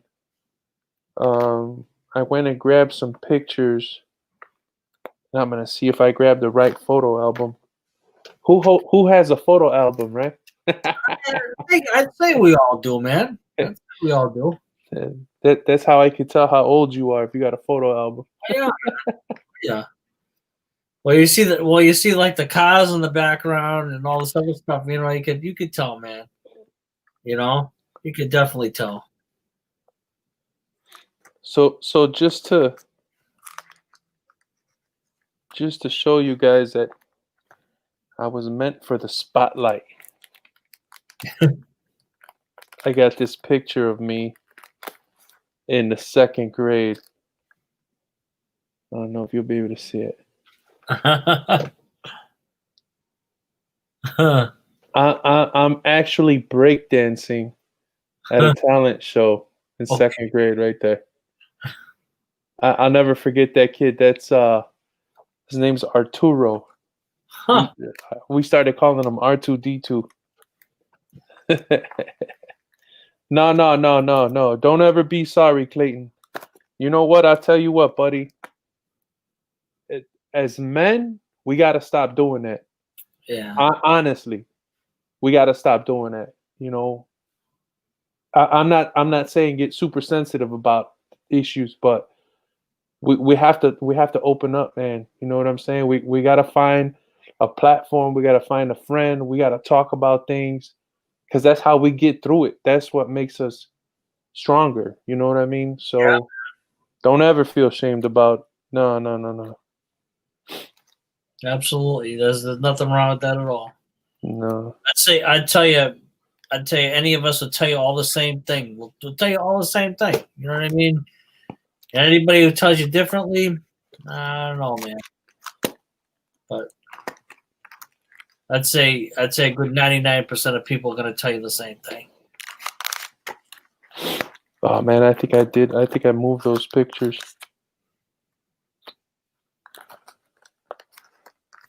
Oh, you guys are gonna love this one. See if I can get it out.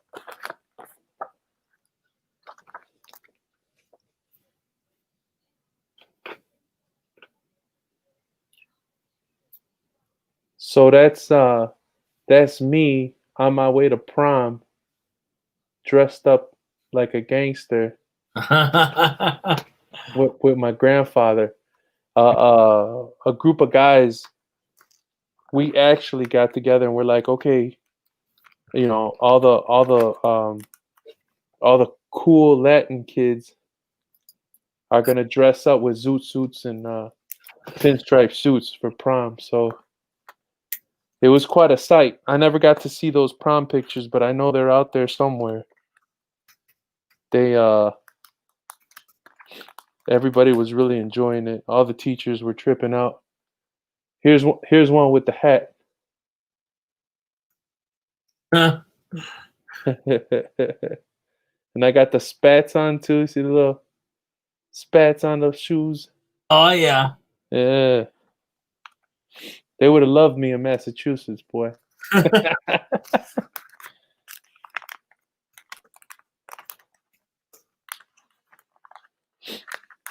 Yeah, no, I got those car pictures in another book. Well, now I got something to show you guys on the next live stream there.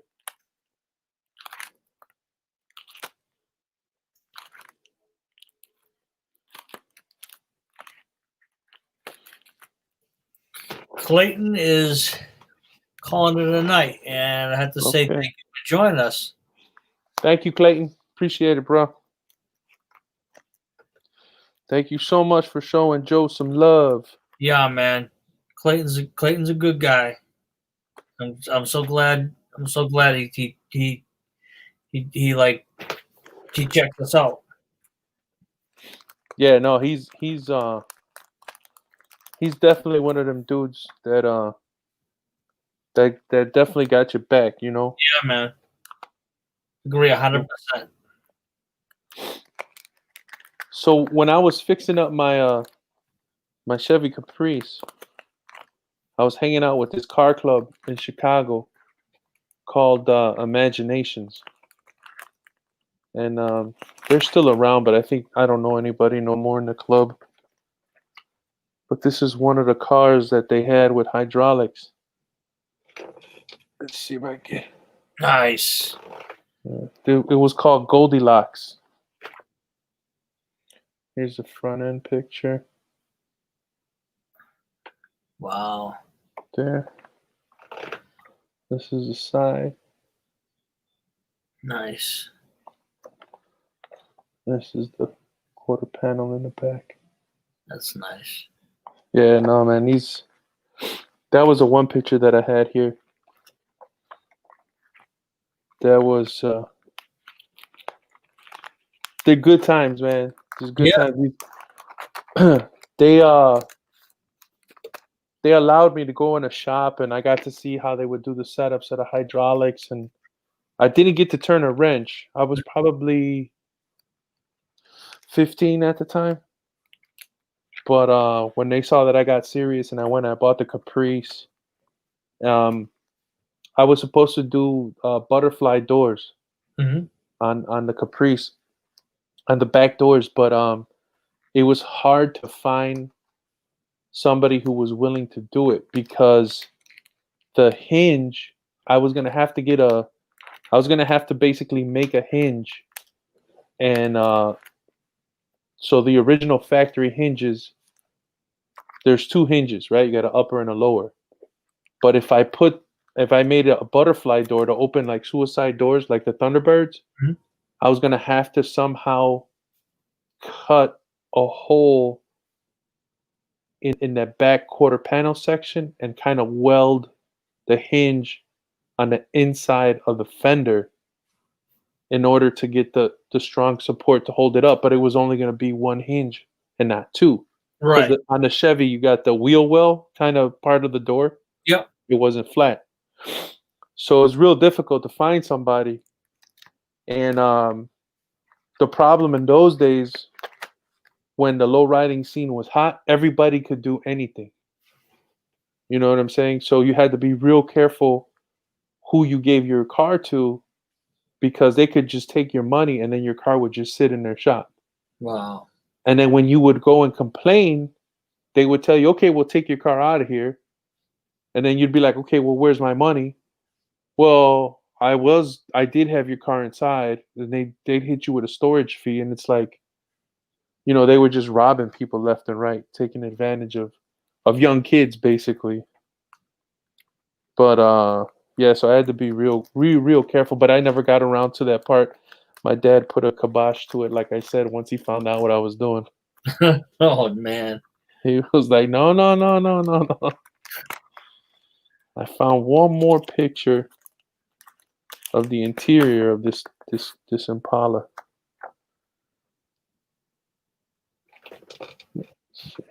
Nice. That See, interior's nice too. a Man. nice tuck. Diamond velour. Yeah. Oh, Yeah, man, like a aqua diamond velour interior. yeah. That looks nice. No, it's real nice.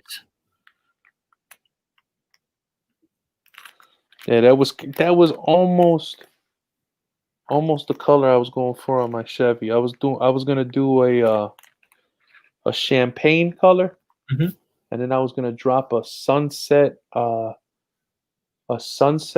rose pearl Oh wow. on it.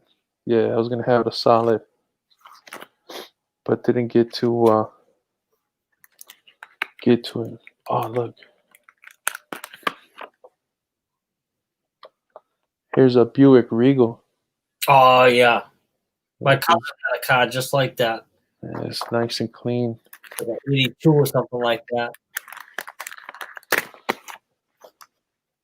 I don't know if you can see it, but you see the switches right there in the front seat.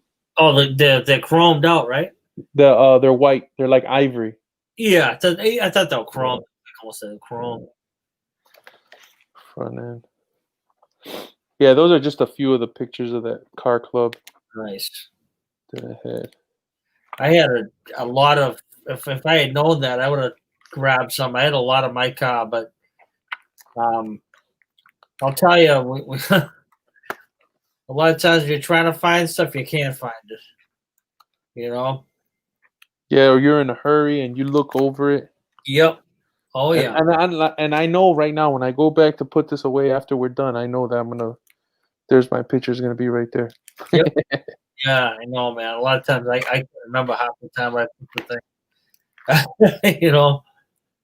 Oh man. Man, oh man. Oh, so here's another one. Oh, you like this one?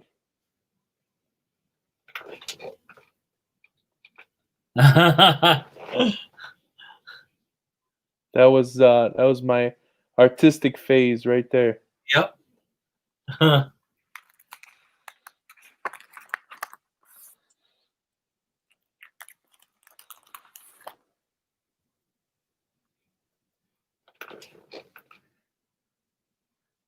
Huh. How old are you in that? This one, 14. Yeah. I'm in the blue shirt. Yep, that's it. For the now you know what the J stands for. Yep. That's funny.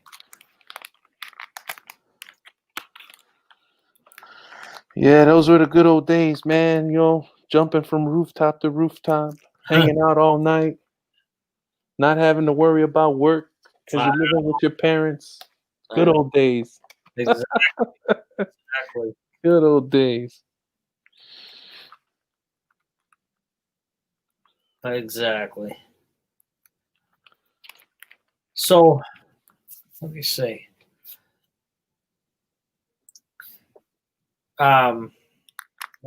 What do you no Jay, what do you as far as advice as far as lengths of videos, what would you say like a good time frame would be? You know, it all depends on the content, right? So what I've been noticing is, and it's really weird. Mhm. Um, my average view time for my videos is like 2 minutes and 50 seconds, Yeah. right? So, um, but then when I make a 2 minute and 50-second video, people are only watching it for a minute. So I, it's real tricky, man. Yeah. It's real tricky, and I would I would suggest the advice that I would give is one, the majority of your content should be what you want to do, Hmm. what you like, right? But then take maybe again, why are you on YouTube? If you're doing it for fun, Yeah. then everything you put out should be what you want to put out. Well, And that's what I was gonna say too, because a lot of my videos I base it upon I'm looking at the count, I'm counting down, uh, or counting up, and I say, okay, well, you know, it's 8 minutes and 45 seconds. So I'm like, okay, I could squeak in another 5 seconds here, and just round it up. You know what I mean? That's kind of what I do. okay, You but know? now if you're in it for the money, Yep. the amount of time is going to decrease if you're trying to make the money. Yep. Because if you want to make the money, you need people to you the people that are going to help you make money, your subscribers, they're going to get in, see the info and out, right? Yep. So that hurts a lot of creators, and it's like a perfect example was um I would hate to do some of my videos where I've actually made stuff or done stuff, Mhm.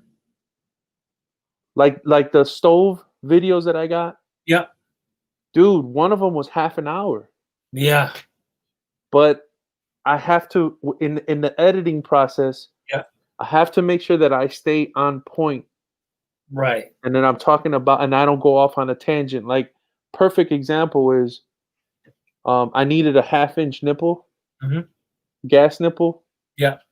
but then I started talking about how it would be a good idea if you're a DIYer to keep spare parts in your garage or in a certain spot just in case you run into an issue and you need something, you got it, so you don't have to run out to the hardware store and buy it because you know you already have it put away in a bag on the shelf or whatever.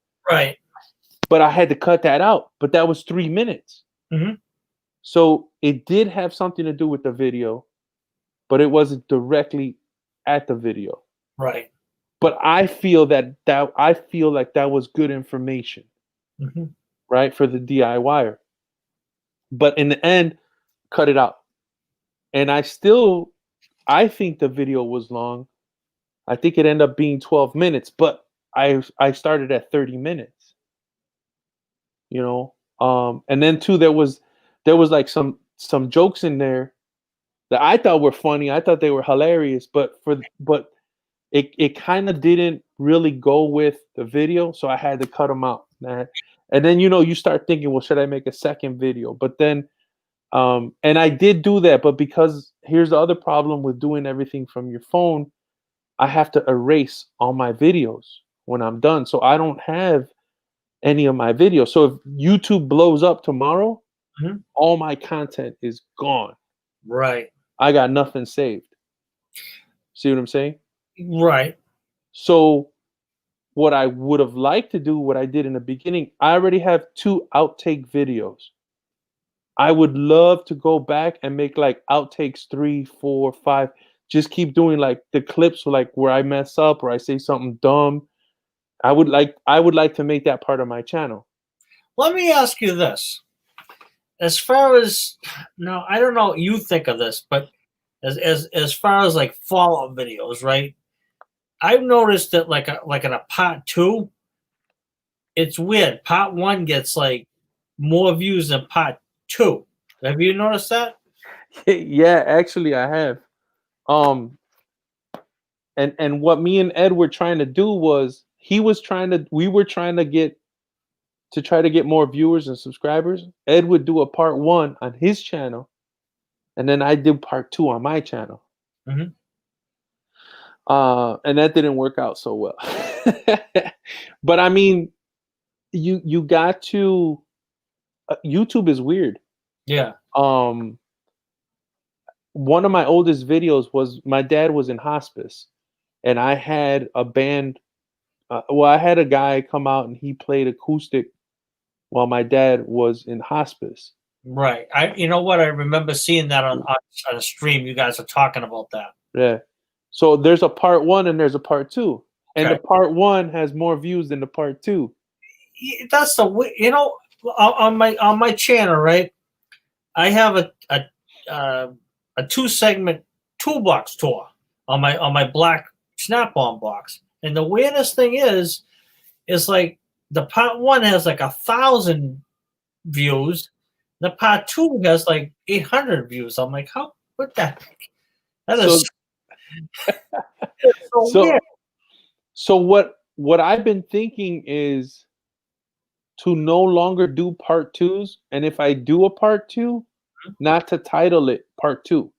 Oh, okay. Okay? So I'm going to give you a perfect example. So the Viking range and the Bosch range that I have in the garage right now, Mhm. I'm waiting for the parts. Yeah. So when I get the parts in and I fix it, I'm not going to call it part 2. Uh, the other thing too was you might recall. I don't know if you've seen like I did within a couple of days ago. Actually, I think I did it. Was it yesterday? No, I did it Friday. It was supposed to be a part two from the wheel bearing job. Yeah, okay. Yeah. The Toyota, right? 99 Toyota, I think it was. And Toyota. The job went good, but it went south with the guy because this is like a normal, wasn't like a normal customer that I'm used to. You know what I mean? Like I got like, oh, I don't know, like 5 or 6 people that like follow me from shop to shop, or the phone will ring and I'm like, what do you guys need? And they're like, oh, okay, I need this, and that. So to make a long story short, it was kind of a horror show because in the video, that's a 20-ton press in the background. I went to I went to Lowe's and bought like the bolts to put it all back together. I haven't done it yet, but ended up busting my slide hammer. I had to bring the spindle into work, then I then I had to press it in with a hydraulic over air, and that went excellent. Everything pressed in good. I put it back on the guy's car, and it turns out the guy was like complaining, "Oh no, now that I have a wheel bearing on here, now my brakes are acting up." And he says, "Oh, then this happened and that happened." So he ended up just before that. I ended up giving him like he gave me the money. It's like $160. I had it in my right front pocket, and I told him, I said, "All right, look, I told you there's 5 or 6 things wrong with the car, and we talked about a wheel bearing. That's what I ended up doing. And it's a press fit, which is totally different than a bolt on. That was my very first press on wheel bearing, by the way, and it went good. So, anyways, I took the money out of my right hand front pocket, $160. I said, here you go, because he bought the parts, so it's all labor, $160 straight up cash for labor. I said, dude, I said, you have way too many things going on. You know what I mean? I'm just gonna give you the cash back, and that was the end of it, man. I was like, the job was 100% as planned, but I just handed him the cash right back. Yeah, I've been put in that situation as well, but yeah, it's so sad. People don't know Yep. half the stuff. Sometimes people get caught up on the price. Yep. But what they don't understand, what they don't see is you got years of experience behind what you're doing. Right. You know what I mean? Because I'm pretty sure if you search around, you could find somebody that'll do that job for $50. Oh yeah, yeah. You know what I mean? Yeah. And I tell people all the time, in my line of business, if I offer somebody an installation job, Mhm. they want to know if I'm certified. Right. And I tell them, oh, do you mean did I take a 3-hour class where they give me a piece of paper and they say I'm certified? Mhm. No, I didn't. I'm not certified, but I got 26 years of experience behind the installation. Right.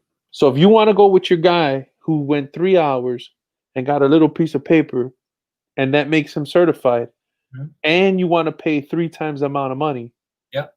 go for it. Sure. You know, No, but absolutely, man. Absolutely. but people just it's just amazing Mhm. what people expect. Oh You yeah, know? and that's the crazy thing, and the 5 or 6 other people that I deal with, no problem. I tell them it's $325. Okay, no problem. Right. And that's it. And no comebacks, no complaints. This guy wasn't even out of the driveway, and he's like, "Oh, my brakes and this." I'm like, then I took her for a ride. I said, "Okay." I said, "Yeah, this is something we talked about in the beginning." I said, "You had a bad exhaust." I said, "There was something kind of going on with your brakes. You had a bad inner tie rod. There was some other stuff too. There was at least 5 things wrong." Right. Boy, I'll tell you, I just handed him back that $160. I said, "Here you go." I said, "I want this thing out of my life. Yeah. I don't care." My wife says, "How come?" She says, "How come you gave him his money back?" I said, "Because I don't want it in my life anymore." Right. Yeah. Sometimes it's not worth it. No, not at all. Right. Sometimes it's not worth it. It's like how I got the barbecue grill. Yep. The guy was gonna argue with me, because I was gonna charge him X amount of dollars Yep. to put together his new barbecue grill. Yeah. And he tells me, well, do you know I paid $8,000 for this barbecue grill, and then I paid $200 to have it delivered, and now you want to charge me to put it together? And I said, first of all, Mhm. I didn't make the grill, Mhm. so I'm not making no money on that.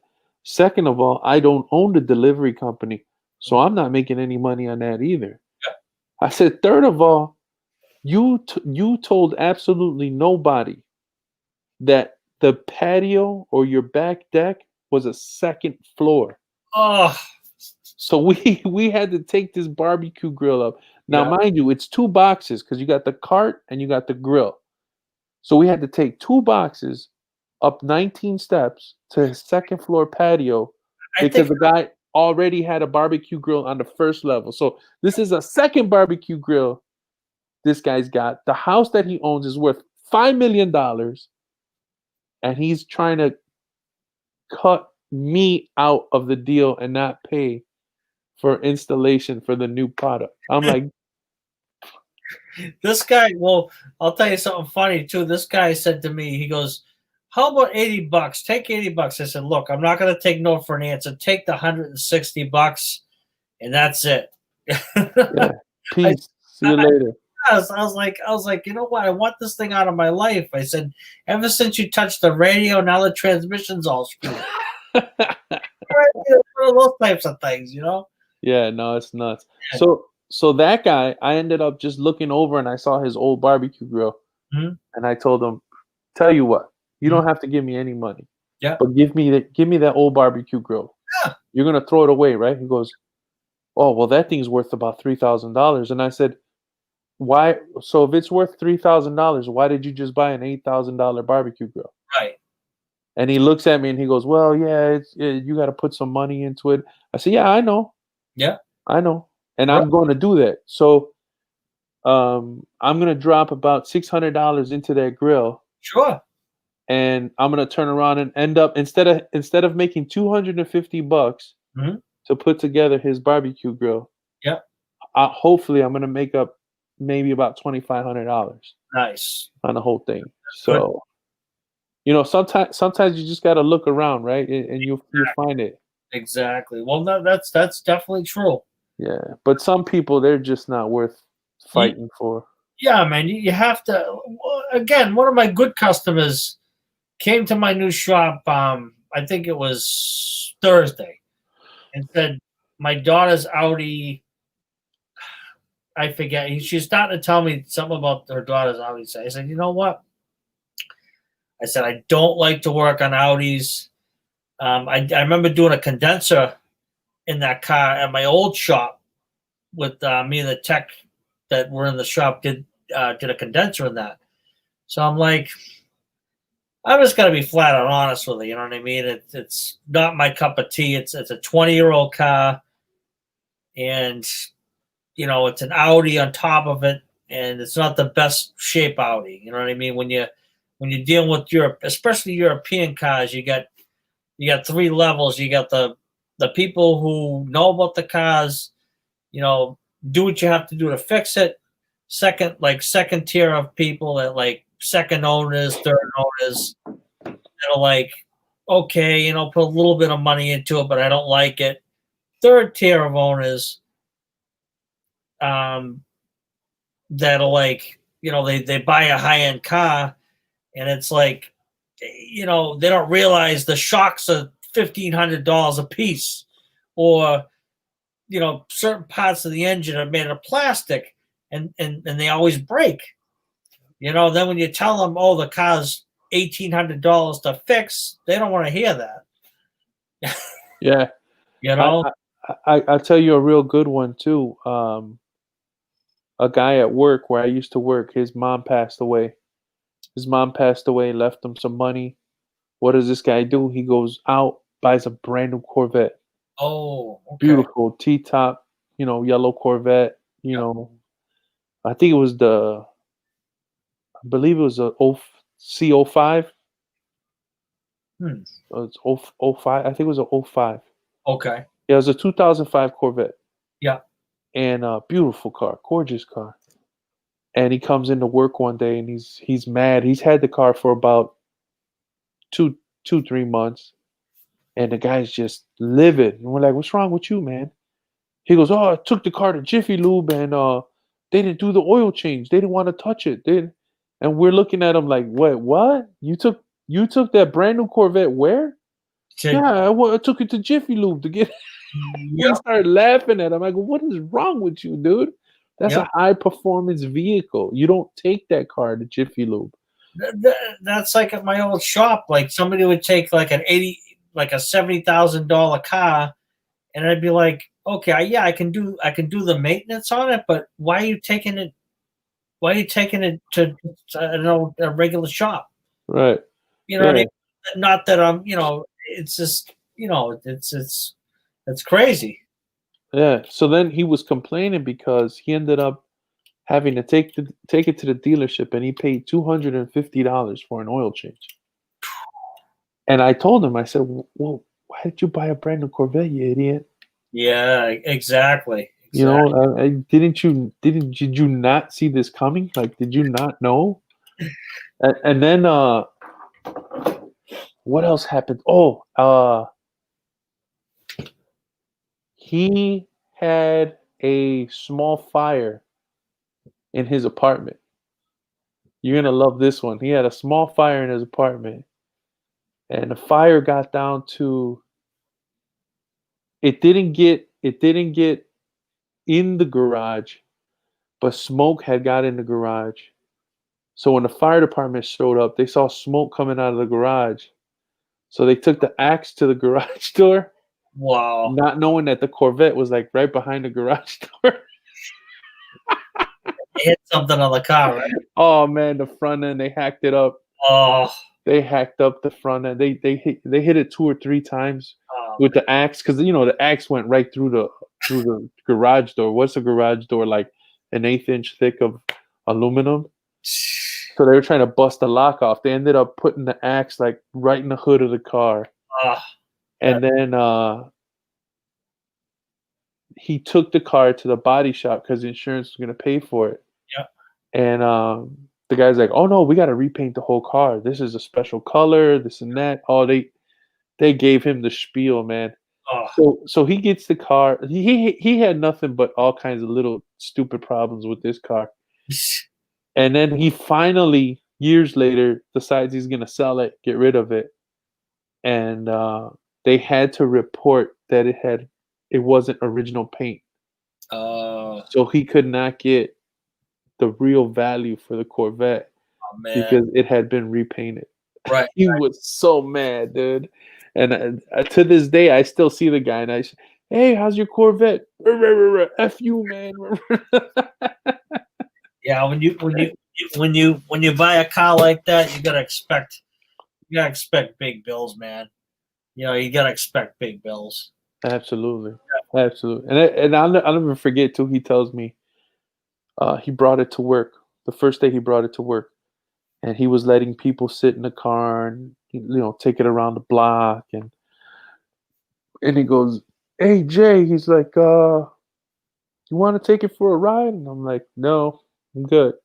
He's like, "Are you sure?" And I'm like, "No, dude, you have no idea what you're doing. You're asking a young Latino man who will probably never sit in another brand new Corvette if I want to take this around the corner." I said, "Dude, I will smoke your tires. I will do donuts, and I'd probably kill myself within a 1 block radius in your car." I said, "You do not want me driving it." And Wow, he looked at me. He goes, "Well, thanks for being honest." And I go, "Yeah, I don't want nothing to do with that, man." that's true. That's Yeah, true. Oh man. because I got that old school mentality, man. If you got something with power like that, it's a waste not to put it down. So the Clayton '73 Camaro, Yep. your car. If I was sitting in something like that, dude, I'm not at all a Sunday driver. Yep. I'd open that thing up like Oh, nobody's business. absolutely. These kids nowadays, they don't know anything about the power of the cars back then. You know what I mean? There's no comparison to the cars of yesterday. Oh, Yeah, even that '85 Chevy Caprice. When I dropped that 350 in there, I knew I was gonna be tempted to drive it like an idiot. So what I did on purpose is I put a 2 barrel carburetor on it to try to govern myself. But that thing was still flying. The thing still cooked because I put the oversized sprayers, the nozzles. I put oversized sprayers in it. Well, I didn't do it, but I had them basically like soup up the 2-barrel carb. And man, that thing, man, I love that car. That car flew. That car got me in a lot of trouble. Oh yeah, when we were kids, a lot of that was going on. That's for sure. Yeah. And as soon as I sold that car, my the guy I sold it to, the first thing he did is he changed the intake, and he put a 4-barrel Holly on it. Oh man, that car was They'll the they'll it, they'll make it happy. oh, that thing was just beautiful, man. That guy, believe it or not, 3 weeks after he bought the car, he calls me up and he says, "Hey, it's an emergency. Open your garage door." I run out to my backyard. I open the garage door, and he comes down the alley, and the whole front end is smashed up, and you see the white smoke from the radiator. Oh, He was doing 80 miles an hour down the street in Chicago, and some lady just came out of the side street. She didn't even see him coming. He hit the lady's car, and he smashed up the front end of the car real bad. mm, Half of the hood was collapsed, and he kept driving. He said the car didn't shut off or nothing. He kept driving.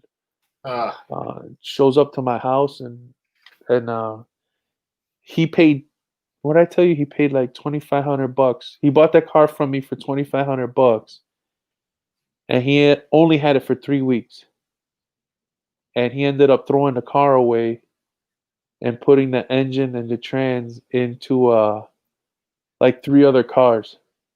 you But know, back then you could actually work with cars. Nowadays, if it's totaled, man, it's total. I seen a small tree branch hit a car in a shop, and they totaled it. oh my god, are you Oh, serious? it was actually the one that I was telling you about, the Acura Okay. that they put the other engine into, that the PCM wouldn't jive with, and the guy had a check engine light for the longest time. And the other thing too is the guy didn't maintain the car properly either, and he ended up locking the motor up because I think he wasn't paying attention to an oil consumption problem. It was leaking, and the oil pan was leaking. Plus, he had a coolant leak as well. So this is what the replacement engine. And after all that, he just ruined it. And then the tree branch fell. So it probably did him a favor. Yeah, absolutely. Yeah, it sure did. So that happened. And I mean, I don't know what he got for the car, but he probably made out better than he would have, otherwise. Yeah, yeah. The head tech at the shop was like, he's like, yeah, you need this. I got to do this, this, and this. And then I think he was up to like a almost 2,600 or so. And, at that point, the car was even worth it. Yeah. So, it just wasn't good. Yeah. No, man, it's crazy. Cars will really put a hurting on you. Oh, yeah. Especially if you show them love. And sometimes people don't know when to give up. Like we have like a Toyota Sienna come in, and it's got like 279,000 miles, and everything possible. You look up there and they ask you, yeah, what's leaking? Everything's leaking. What's not leaking? Sorry about that. One of those type of things. That's too funny. I've as much as I really enjoy this Ford Fusion, I am waiting on a title right now for a 2002 Cavalier I got sitting in the garage. The 2002 Cavalier's only got 35,000 miles. It belonged to an older lady. So I'm really debating, if I get the title, if I'm going to sell the Cavalier or am I going to keep it and I'm going to sell the Fusion. I don't know. But I just dropped over $1,000 on that whole front end on the Fusion. Right. And it's 2009, so I'm kind of leaning more to selling the 2002 Cavalier, but and there's nothing wrong with it. That car just needs a battery and a muffler and maybe a new set of tires. So Yeah, But I don't know. But I don't know if the 2002 is gonna how is the how's it gonna run down the line? Whereas the Ford Fusion, like, I know I'm gonna have to do a timing belt soon yeah. at 220,000 miles. Yeah, I'd probably say if it's the original one, I'd say for sure. Yeah. Um, Now, is it a time and chain or belt? It's a belt. I'm sorry. It's a belt. It's the dual. It's got the dual wheels up on top of the block, Yeah, and it's its belt. I'd probably say, especially if it's I mean, it might not be an interference motor, but um, I'd say it's a good chance that's probably has to be changed. Right, right. And I would sure want to do it before anything happens. Right, You exactly. know what I mean? Because I Because know I had a 1986 Nissan Maxima, clean, clean. This thing was when did I have it? I had it in 2000. I want to say it was 2012. A 1986 Nissan Maxima, two-tone gray, fully loaded, beautiful car, ran great. And someone was telling me, "Hey man, you better change that belt because it's an interference motor." oh yeah, definitely. And I was putting it off, putting it off, putting it off. And it was winter time and I hit a patch of ice. Oh, I was at a stop sign and I went on the ice. I stopped the car stopped. I was on ice, and when I gave it gas to go, the tires spun, and I guess that snapped the belt, oh, and that was it. That was it. wow, that's So yeah, everything was original on that car. That car was nice.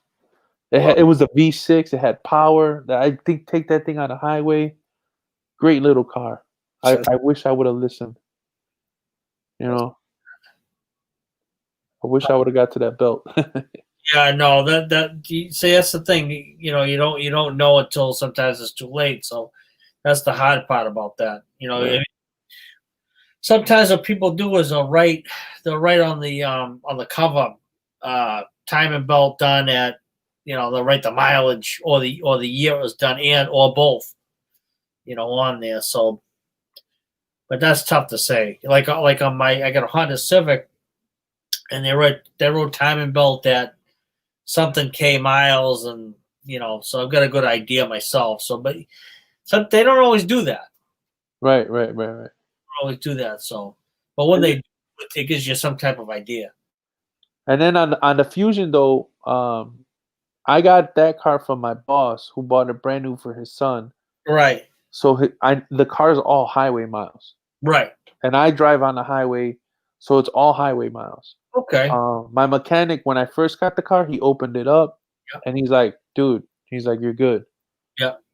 He's like, "You don't have to worry about nothing." And the same mechanic that did the front end work, he's like, "Man," he's like, "I can't believe how good this car is running." And I told him, I'm like, "Dude, I'm doing the oil changes every 3,000 miles. Yeah. If this last oil change that I did, I let it go. I got let it get to 3,600. Yeah. But I mean, it's the part synthetic. It's supposed to go 5,000, right? Mhm. But I'm just changing it at 3,000. I'm trying not to go over 35. You know what? That's probably what I would do myself. You know what I mean? And they run better that way. Yeah. Some people will say, "Oh, well, you have to, I have to stretch it out and do this." And Uh, if doing that's just going to prolong it, it's gonna create problems.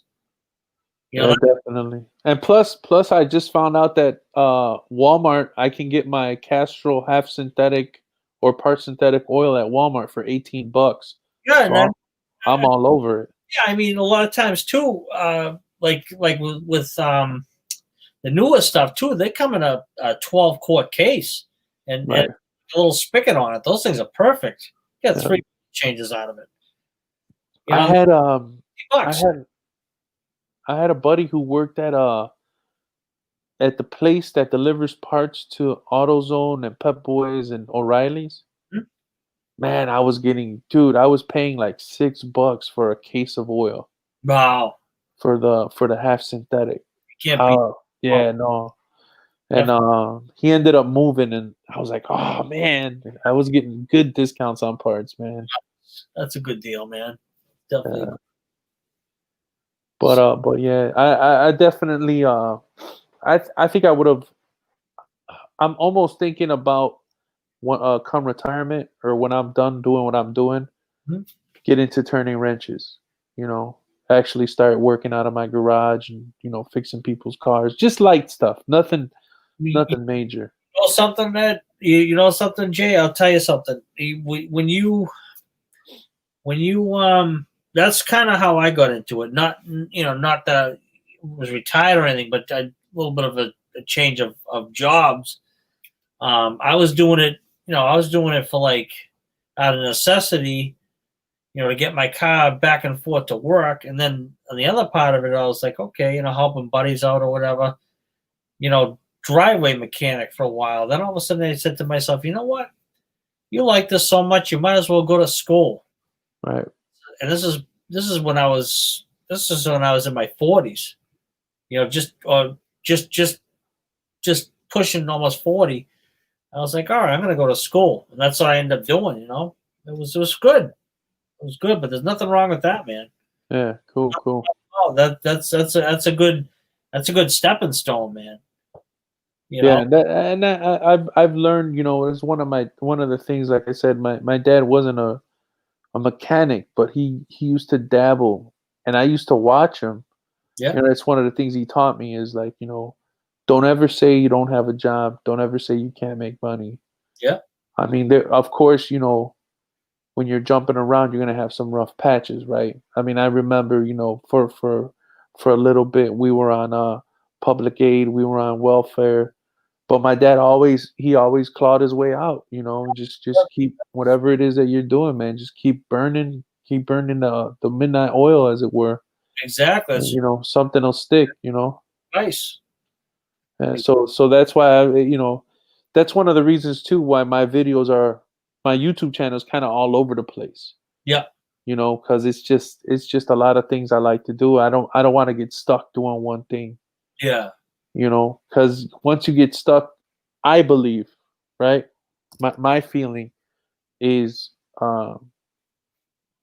if you're going to make money or want to make money, you kind of want to stay away from what everybody else is doing. yeah, You know what I mean? So yeah. I don't think I've hit my sweet spot yet. Like I I I love cooking, I love food, but I don't want to get into making food videos. Yeah. But No, I have a few on my channel, so yeah. There's nothing wrong with that. I mean, so like like as far as like we talked about too. I mean, making money on them. I mean, we'd probably both be in agreement as far as like doing it for fun, and me myself once in a while. I like to do a lighter side video too. You know what I mean? right. Absolutely. Yeah, you got to keep it I don't know, I guess keep the subscribers guessing, right? Yeah, I mean it's always fun too because I see a lot of guys throwing like a spoof video or a lighter side video, and I want to probably incorporate those every once in a while into my channel um, too. Right, right. I see Oh, a question as far as what is the best way to care for a low mileage car. My honest opinion would be to basically you have to, as far as maintenance, of course, would all agree on, all three of us agree on, would be the biggest thing. Into there's nothing we talked about earlier. We talked about an oil change, and if you do it a little early, there's nothing wrong with that. You know what I mean? Keep your eye on the filters. Watch your hoses. You know, always look for leaks. I'll tell you something. If you have a low mileage car, you don't have any leaks, and you're starting out that way, and you keep an eye on them all the time, I'll tell you what, you'll never have problems down the road because a lot of times people see a leak, it just gets worse and worse and worse until something bad happens. Once something bad happens, then you're into some money. You're into some problems. You're really showing out some money. Right. Hoses, same thing. Keep your eye on the hoses. Um, look around in the compartment of the engine too, because there's a lot of things you don't see, like engine covers will cover that you will never know about, like hoses will get cracked. You'll have evaporative systems problems where it's thrown a light. Clamps coming off, clamps rotting off. The other thing too to pay attention to is, like we talked about before, using quality parts. Always use quality parts, because the minute you try to cheap out on anything is when you're really going to have to get your wallet out and you'll be shelling out the money, because they always say, just do it right the first time with quality parts. And just basically the biggest thing is just paying attention to everything, and that way when a low mileage car becomes a higher mileage car, you're not going to have a lot of problems you would have if you didn't if you weren't paying attention to them. Right. And my advice for taking care of a low mileage car is keep it away from your teenager.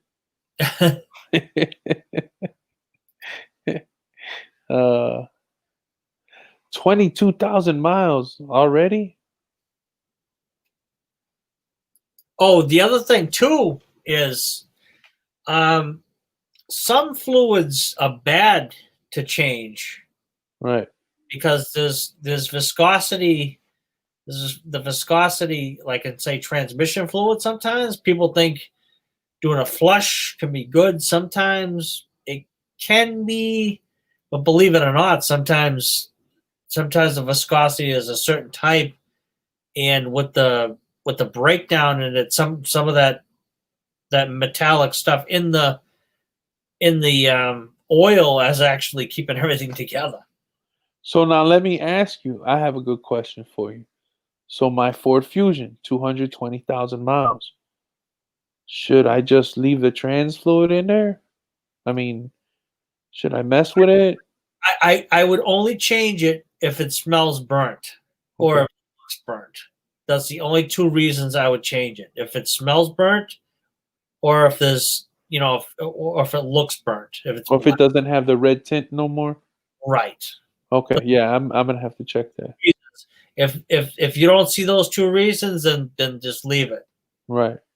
And Yeah. obviously go with whatever the dealer recommends to go in there. Exactly. Gotcha. Because I have my mother's driving around right now. I have a 2000 Grand Marquis, and I mean, you're talking a 20-year-old car. I bought it with 72,000 miles on it, but I went through all the fluids, but they were good, but I actually went through them all. You know what I mean? And it runs like a top. But in certain cases, it's not a good idea to do that. Gotcha. Now here's another question, because I think I noticed on the driver's side of my Ford Fusion. Remember, I told you the boss's kid got into a little fender bender. I think the airbag popped, and I think it's cut. So, if the airbag was deployed, can you reset the computer so the check engine light is not on, or do you have to change the airbag? Well, in a state like in state inspection, that's an automatic fail. So they'd fail you for that, safety wise, on a state inspection. As far as the airbag deploying, you'd probably have to reset everything. But you cannot reset it unless you change it, right? Yes, I think you have to reset. You have to Okay. have to install it, then reset it, I believe. Okay. So then maybe it's not pop. Maybe I just see some extra. Um, it just looks really weird. It looks like it got cut, but it could be the other end of the Sometimes the sensors, airbag. sometimes the sensors fail too, or the connections get corroded too. Okay. You know All that right. does a lot But too. See if but we it would trigger a light though, right? yeah, If something was wrong. Okay. because the computer's losing the signal and it's telling the car throw the light on because I'm finding a problem, and more than likely it's a corroded wire from a sensor. You know, most of the time when they're under the seat, you spill your coffee or you spill your soda, and you know the more than likely it gets into the into the connection. You know, Gotcha. corroded wires and stuff like that. Yeah, Gotcha. that happens. That happens. It's a pretty common problem, especially like on Saturns and stuff like that. Airbags are always on like Saturns. You know. So Um, I guess it kind of works out then that they're doing state inspections, because if you're doing it out of a garage, you could be like, well, you didn't pass, but we could fix that. yeah, well, the thing is, Jay, we're getting back to it too. Like as far as like we was talking about Massachusetts and their cameras in the inspection bay, and now you have to take pictures of everything. So you're taking a picture of the dashboard, and if you see any of those lights on, you're gonna see it in the picture. And Mass just made a law where anything 10 years or older, they'll overlook. But if it's newer than that, they'll fail you. But before, as soon as that airbag light was on, they'd give you a red eye right on the front windshield. Wow. Okay. That's crazy. Yeah, I guess that's good too. it is. 'Cause, I mean, you don't want one of those blowing up on you when you're driving. You know. Yeah, I've only had the privilege of getting having one pop on me. I wrecked a 90 a 99 Chevy Suburban. I, uh, I hadn't made the first payment yet. wow. And little old lady she was in the left lane. She had her left turn signal on, and she makes a right-hand turn, cuts in front of the right lane. So I figured I was gonna save her life, and I jumped on the grass. The Oh, grass was wet, and I ended up slamming my Suburban into a brick wall. oh man. Yeah, yeah, That's, lost the truck, man. I was so upset. oh, that does. Gap insurance, Gap insurance. I don't know if you have it in Mass, but you got to get Gap insurance. I don't know if you know what that is. Yeah, yeah. We have that. Yeah, if I can give any advice, got Yeah, to get the Gap insurance, man, absolutely. because my full coverage didn't cover the loan. It only covered the vehicle. So I think after the total amount I owed was $20,000 on a truck, and the insurance only gave me a check for 14,000. Oh wow. So I had to end up paying the 6,000 for something that I didn't have. I was so mad. And if I would have just paid $325 Yep. for the Gap insurance, they would have covered that. Oh man. So lesson learned: get the Gap insurance. Always get Gap insurance. Agreed. Agreed. Yeah. So answer to Ed's comment here, I would definitely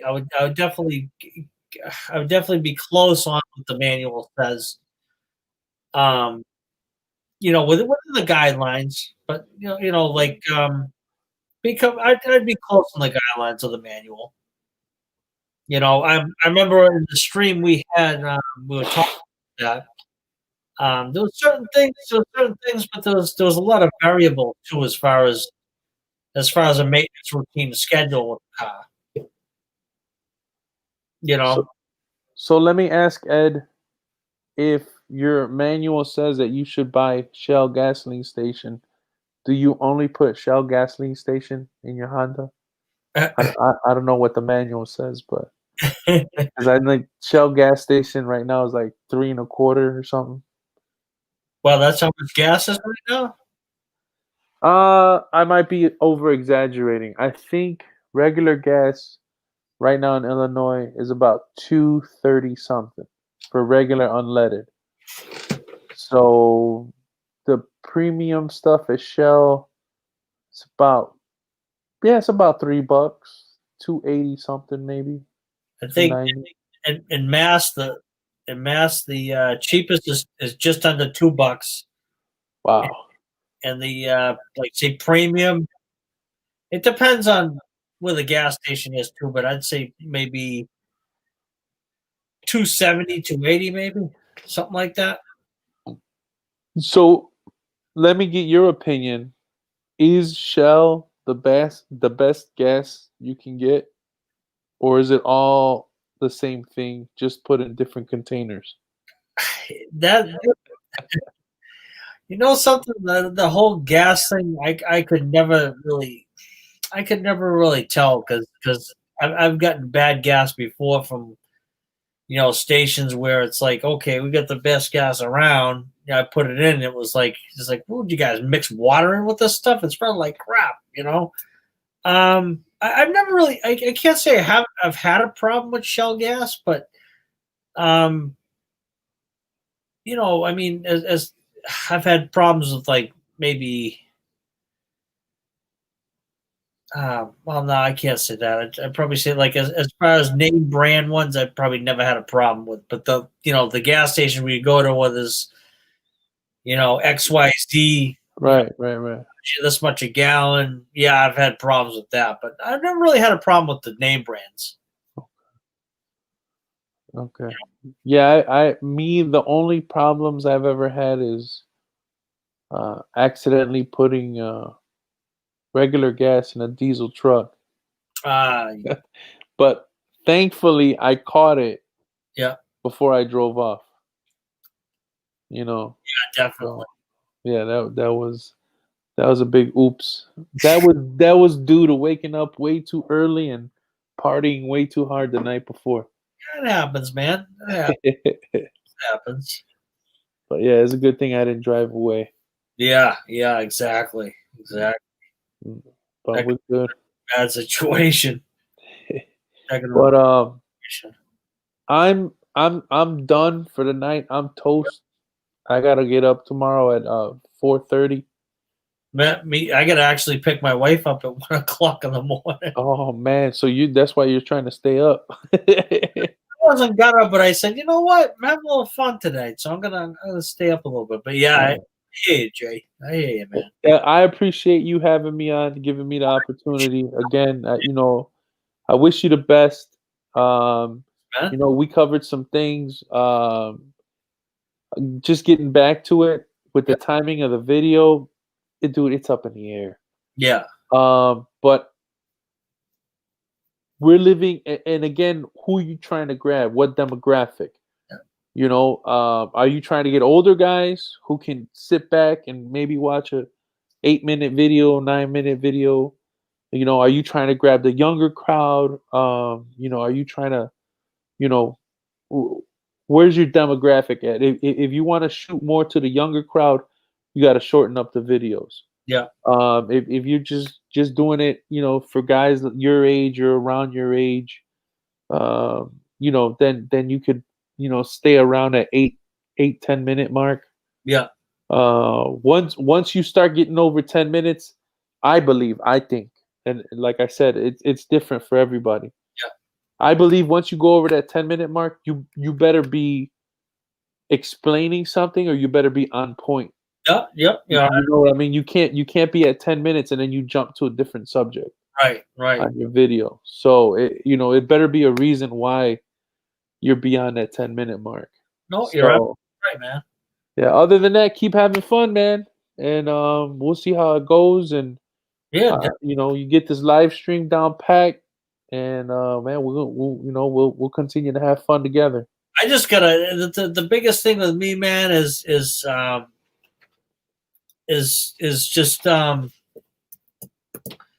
just trying to get basically, we got a few guys around tonight. It was pretty good. Yeah, yeah, yeah, good. Hey, Ed wants to come on. He could take my place. I'll tag team. I'll tag Ed. Tag Ed in. I think I sent him. I think I sent him an invite. I don't know if he got it or not. I should have.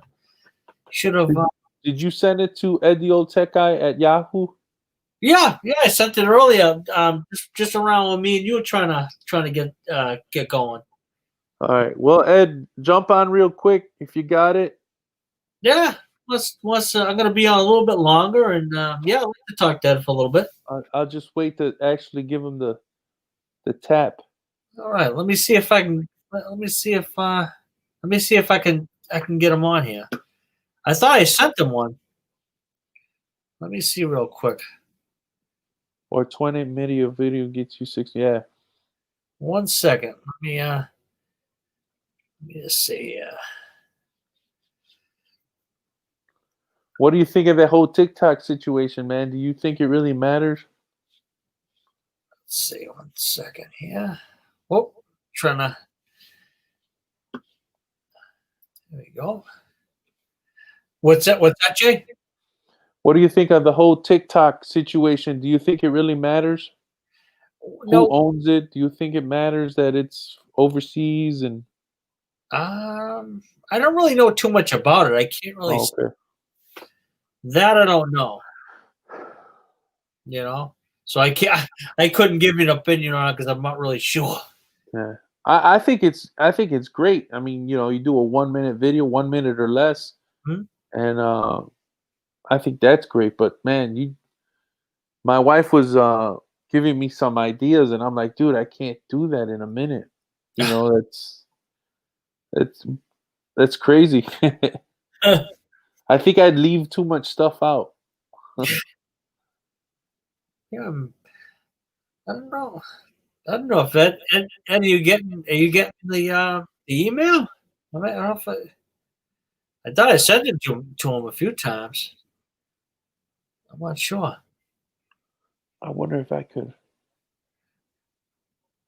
Yeah, try to send it to him. Unless I don't know. Unless I'm sending, I must be sending it to the right email address. Because it worked. Oh, we got a live stream on me there before.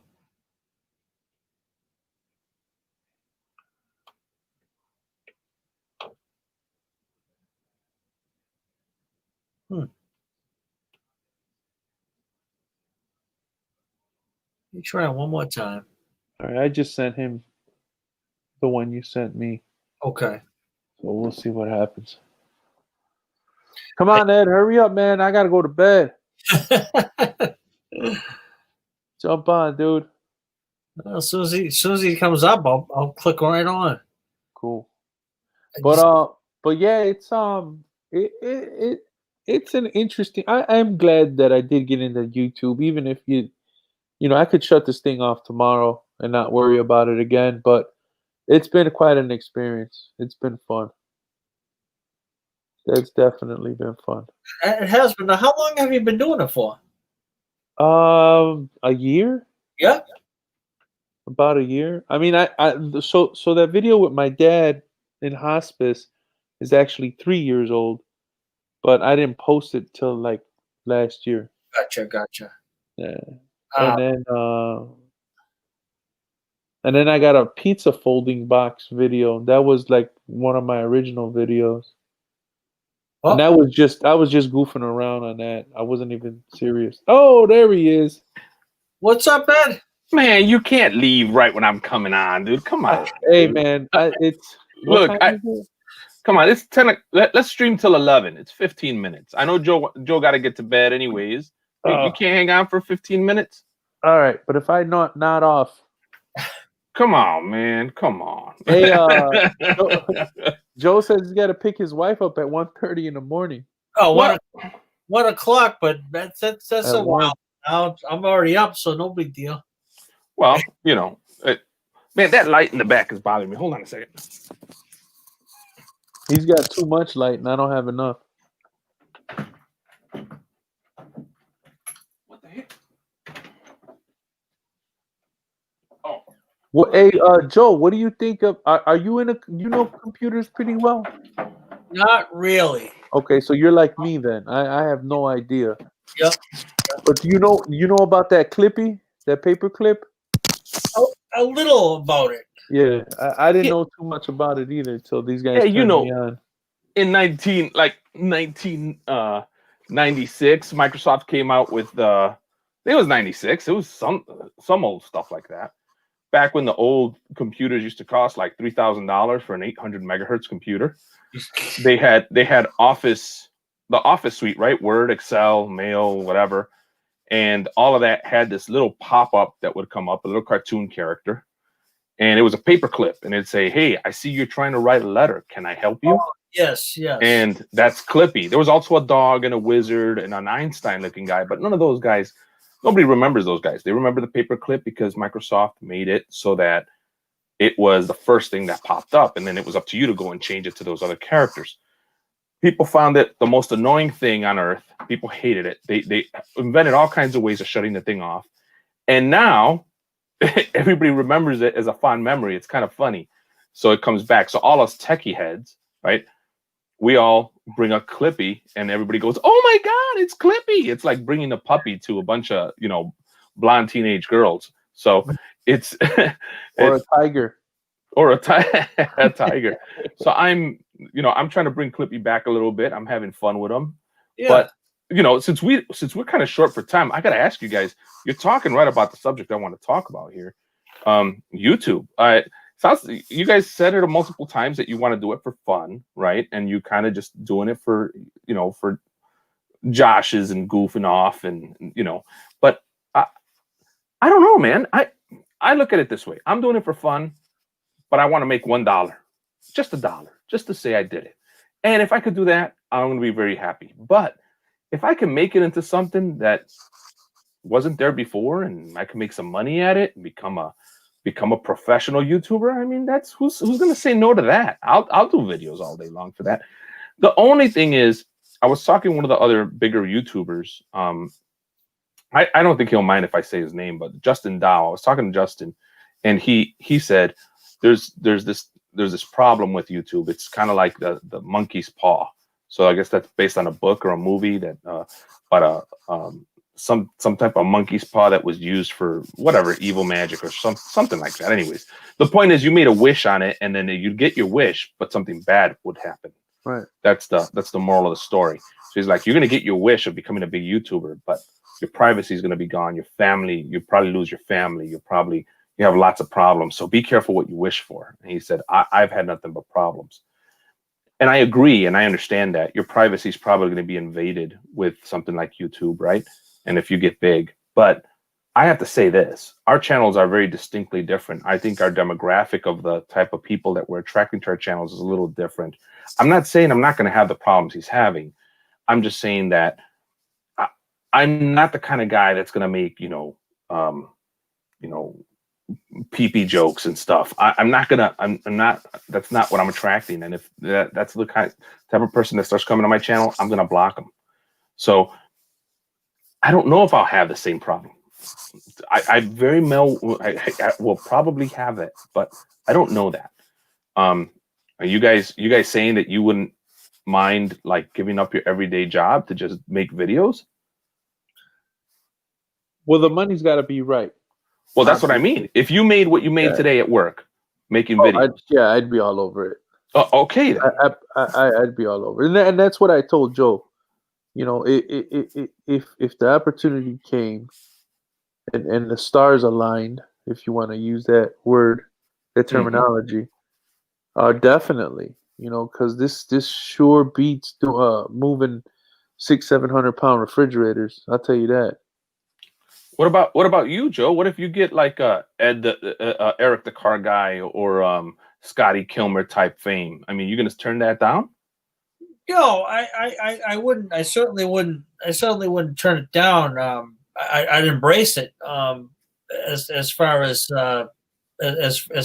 like a success and stuff like that, and as far as the compensation of the money and stuff like that. No, it definitely wouldn't hurt my feelings. Well, so the reason why I bring it up is this, right? So I'm technically an engineer. I really am. I know it's on my little didn't trust me. I'm an engineer, but I actually am an engineer. The thing I got is that sitting on my butt designing things for 14 hours is begun to take a horrible toll on my back. You know, being a technician before, because I actually was a tech, but I was a tech in the telecommunications, networking, and other, you know, IT type stuff, carrying heavy servers, carrying heavy stuff. And before that, in the food equipment, you know, with large meat saws and things like that. I ruined my back there, and I'm ruining my back sitting in a chair. So I'm kind of like, imagine having a job where you make your own hours, you work from home, you get to be creative, and you're having fun all the time, like YouTube. It would be a beautiful thing. Exactly. I'm not going to say no to that, guys. And you know what? I'm not saying I'm, you know, I'm probably never going to reach that point, but I've decided that I'm going to give it a try, because everybody's always told me you can't. And every time they tell me I can't, I end up doing it. Hey, so it's kind of funny. You know something? I'll tell you. As far as like you know, the amount of subscribers I have right now, I never thought I'd have that many. To be honest. Exactly. I never, dude. I'm gonna tell you right now. I can't believe I got what I got. I can't believe I got that far. I got 602 people that actually want to hear what the heck I'm talking about when I can't get 5 people in a room to hear me. You know, back, I can remember a couple of months ago when you were just around 500. Push up another 102. That's pretty cool, man. Yeah, and don't even ask me where they're coming from, because I have no clue. I can't. I'm reading the statistics and the analytics, and it's kind of like reading tea leaves. I have no clue what it's telling me. Right? You know, too. I'll tell you something. Basically, every time I get a you know, even one subscriber, I gotta put a big smile on my face. And the money, I couldn't care less. Just to see the subscriber on there just makes my day. Yeah, well, you know what? That's because you're in the beginning of building your channel. When you get bigger, right, you're gonna care about the money, right? When you start making this, okay, so I'll give you this. I'll give you this idea. So I've always done my job, and I've always had a side job because I want to learn. Kind of like what you do, right? You work in a shop all day, and then you at home you got your garage, right? You're working on different things. So sometimes what you do in your garage, you learn something new, and you go take it to the shop, and people are like, "How'd you know that?" Yeah. Right? So it makes you better. I do the same thing. So I support small to medium businesses, usually minority businesses that can't afford an IT person. So I'll go do work for them at a very low rate. Yeah. What I get out of it, and I'm not going to say I'm this really nice guy giving up my time. What I get out of it is I get my own production lab. I get a lab where I get to experiment on things and actually see it, and somebody else is paying for my lab. I can't say no to that. It's wonderful. It does take its toll though. But I did reach one point in time where I actually sat down with my wife and said, should I quit my job? 1 year I almost made $35K. Just side jobs. Yeah. Do I quit my job and just keep doing this? And you know, when we talked, she said her fear of losing benefits was too big. So we gave up on that, especially because we had little kids at the time, right? So now that my kids are older, one's getting married, the other one's, you know, she's going to college, and it ain't going to be too long before she's leaving, right? At some point she's going to decide to go. It's just going to be me and my wife. Now I could take those chances, right? My house will be paid off, cars are paid off. You know, do I take those chances now? And maybe it's not going to be hard labor like IT, like what I was doing. It's going to end up being YouTube. What if I take that chance? And the nice thing about it is that you're setting yourself up now before you jump in. So right now you're investing in a camera, you're investing in a microphone, you're investing in editing software, you're investing time in subscribers. You already have a base. So I think you're in a good position. So Jay, you talk about me investing, and I kind of want to clarify something, because I've heard you're like, I haven't spent a penny, and you have. You've been really good at that. You won't spend a penny. You're actually right on. This is my camera, right? This is my camera. Right. This is what I do everything on. Yes, I spend a monthly fee for my editing software because I want to do cool stuff like editing Clippy, right? Like, and making Clippy animated, and I want to learn how to do that stuff. A bigger YouTuber than us actually said that one day, Jay, who's the one that's going to be with the channel, and I'm going to actually be his editor because the way it's forming. I'm like, how is that going to happen? I've got more subscribers than he does. He's like, dude, it's a different. Jay, who has the personality, you've got skills. You guys married together are going to make an awesome channel. I've seen a lot of YouTubers do that before. I don't know if it's true. I don't know what's going to happen. Yeah, point is, I don't know. I don't care. I'll be your editor as long as I get paid what I get paid today. I'll be your editor all day long. I can edit. That's not a problem. So the thing is that I haven't invested that much, but I'm starting to. Now I'm starting to. I actually just for my Note 20 Ultra 5G. This is that new phone that came out. It's got a bunch of cameras on it, right? I should have bought like a good DSLR. You're trying to look at it. I should have gotten like a big DSLR, but I don't know enough about cameras to do that. What I am thinking, what I did get is I got an anamorphic lens. I'm going to probably talk about this in a video. I got an anamorphic lens and a new holder for it. And dude, and some other lenses, a fisheye lens and all kinds of stuff. All of that cost me about $500. So now we're 500 in, right? My editing software is about 20 or 30 bucks a month.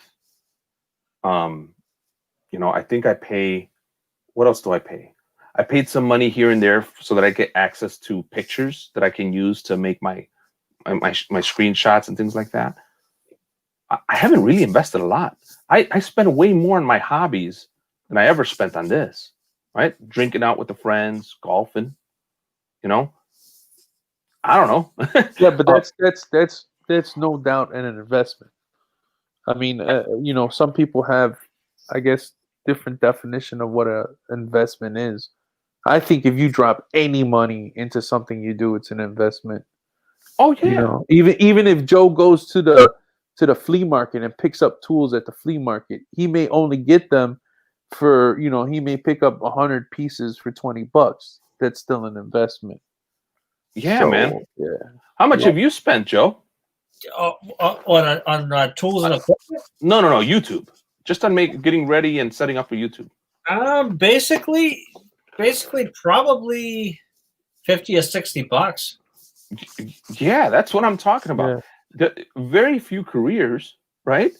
Can you make this level of investment and try? At least give it a try. And to be honest with you, a lot of times it's just for the memory chip, and that's $30. So yeah, probably at the most $70. Yeah, and what kills me is when I get those kids that are like, "You old man, you ain't hip." It's like, oh, I'm a YouTuber. What? Right. All of a sudden, like, I thought you were this dumb caveman. Yeah, a lot of surprises them. Exactly. Them, and they're like, what? or the best is when your kids' friends are subscribed to you and they like your channel. And your kids don't watch. I love that. That's awesome. My wife, I think she has never said this to me, but I think she thoroughly enjoys your channel way more, Jehu, than she does mine. And you're onto something because you've cracked that female audience share, and I haven't been able to do that. I think I have very few women. I count them probably on one hand, and you for some reason have just gotten that. And I think you keep downplaying what your strength is on your channel, bro. I don't want it to be about food, dude. You started your channel with Jay Hungry, and when I look you up on the internet as Jay Hungry, the first person that comes out as Jay Hungry is you. You're missing it right there, bro. I think you need to do that, bro. I think your Food Wars thing was pretty cool too. Yeah, and it hasn't ended. It's just taking a back seat. But I'm gonna do that tomorrow. That video that we talked about. Come on, dude. It should have been done. That's happening tomorrow for sure. You got 153 subscribers, Jay. I mean, unbelievable. I had some I had some jumps in my channel because, again, I have a budget for fun money. That's what I call it. That would be my drinking money, golfing money, the paintball money, and I don't do any of those things anymore because of my bad back. So I use it for YouTube. So sometimes I'd have a little bit extra. So when they're doing their chats like the bear, I send them super chats. A couple bucks. Thanks for the stream, made me laugh today, gave me a good time. And I think Justin Dow was actually kind of cool. He said, everybody that's watching this right now, help me. Let's all subscribe to Ed, the Old Tech Guy. And it gave me a little boost. I think I got like 10 people or 20 people out of that stream. So sometimes you got to support other YouTubers to grow. Right. Oh yeah. You got if everybody shows love like that, yeah, man. Yeah, and that's the problem. You got a lot of YouTubers that ain't doing that. Some are coming around though. It's kind of funny. Some are coming around, but others, they're kind of like, I think they're a little greedy. They think that they can be the only tool channel. And what's funny is they don't understand that what makes it great, what makes it fun, is if you, Joe and I talk about the same ratchet but disagree. Yep. We may bring out information about that ratchet that may make him buy it or not buy it, but he wants to hear both of us chat through it. Yeah. I love that kind of stuff, right? Like I want to hear 2 or 3 people talk about the same thing, and I hate when they all agree because they've been sponsored by who paid for that product or who made that product. And something too. It's like I said before. If you don't sugarcoat it. You had experience with this particular tool, and you say, okay, I had good luck with this thing. I did this, and this. I had X, Y, Z, no problems. And you didn't sugarcoat it. They're gonna respect you more. Yeah, right. Yeah. By the way, Joe, are you using a microphone right now? Because you sound good. Whatever you're doing, keep doing that. Jay, you look good and sound good. Whatever you're doing. On the next live stream we have, you guys got to do that again because I'm telling you, it's weird, dude. Because I had this on a live stream and it wasn't working out. It's just. Are you using the back of your camera from your phone? Well, I had to switch. I was using the front of the camera on the phone, but it was dying out, so I switched over to the laptop. So I'm on the laptop. Dude, the laptop looks great. Yeah. So what's the difference this time between last time? I don't know. That's what I don't understand. I don't know if it was maybe Dale at the controls.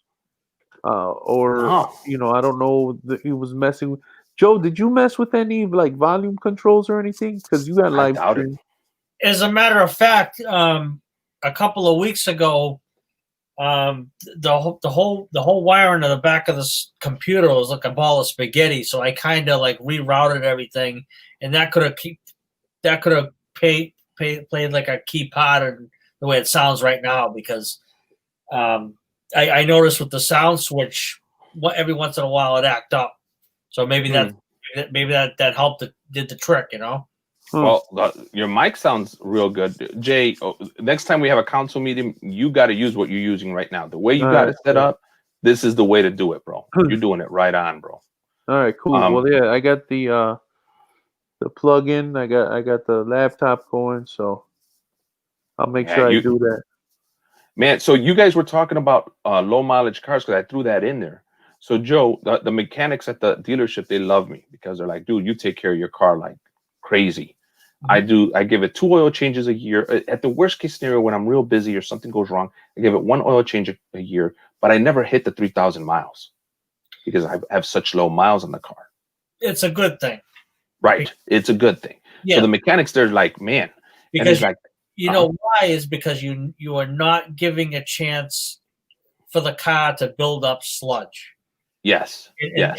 And the biggest thing is people overlook that all the time because they're like, oh, I'll go 500 over the mileage of the oil change sticker. I'll go, 700 or 800 miles over it. You can't do that. Now, if you're doing it earlier, you're not giving the engine enough time to cool down, build up sludge, and then just gum up your motor.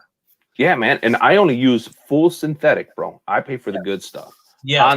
Honda full synthetic. So I actually buy it from the dealership. End to end, use a full synthetic. Yes. I use.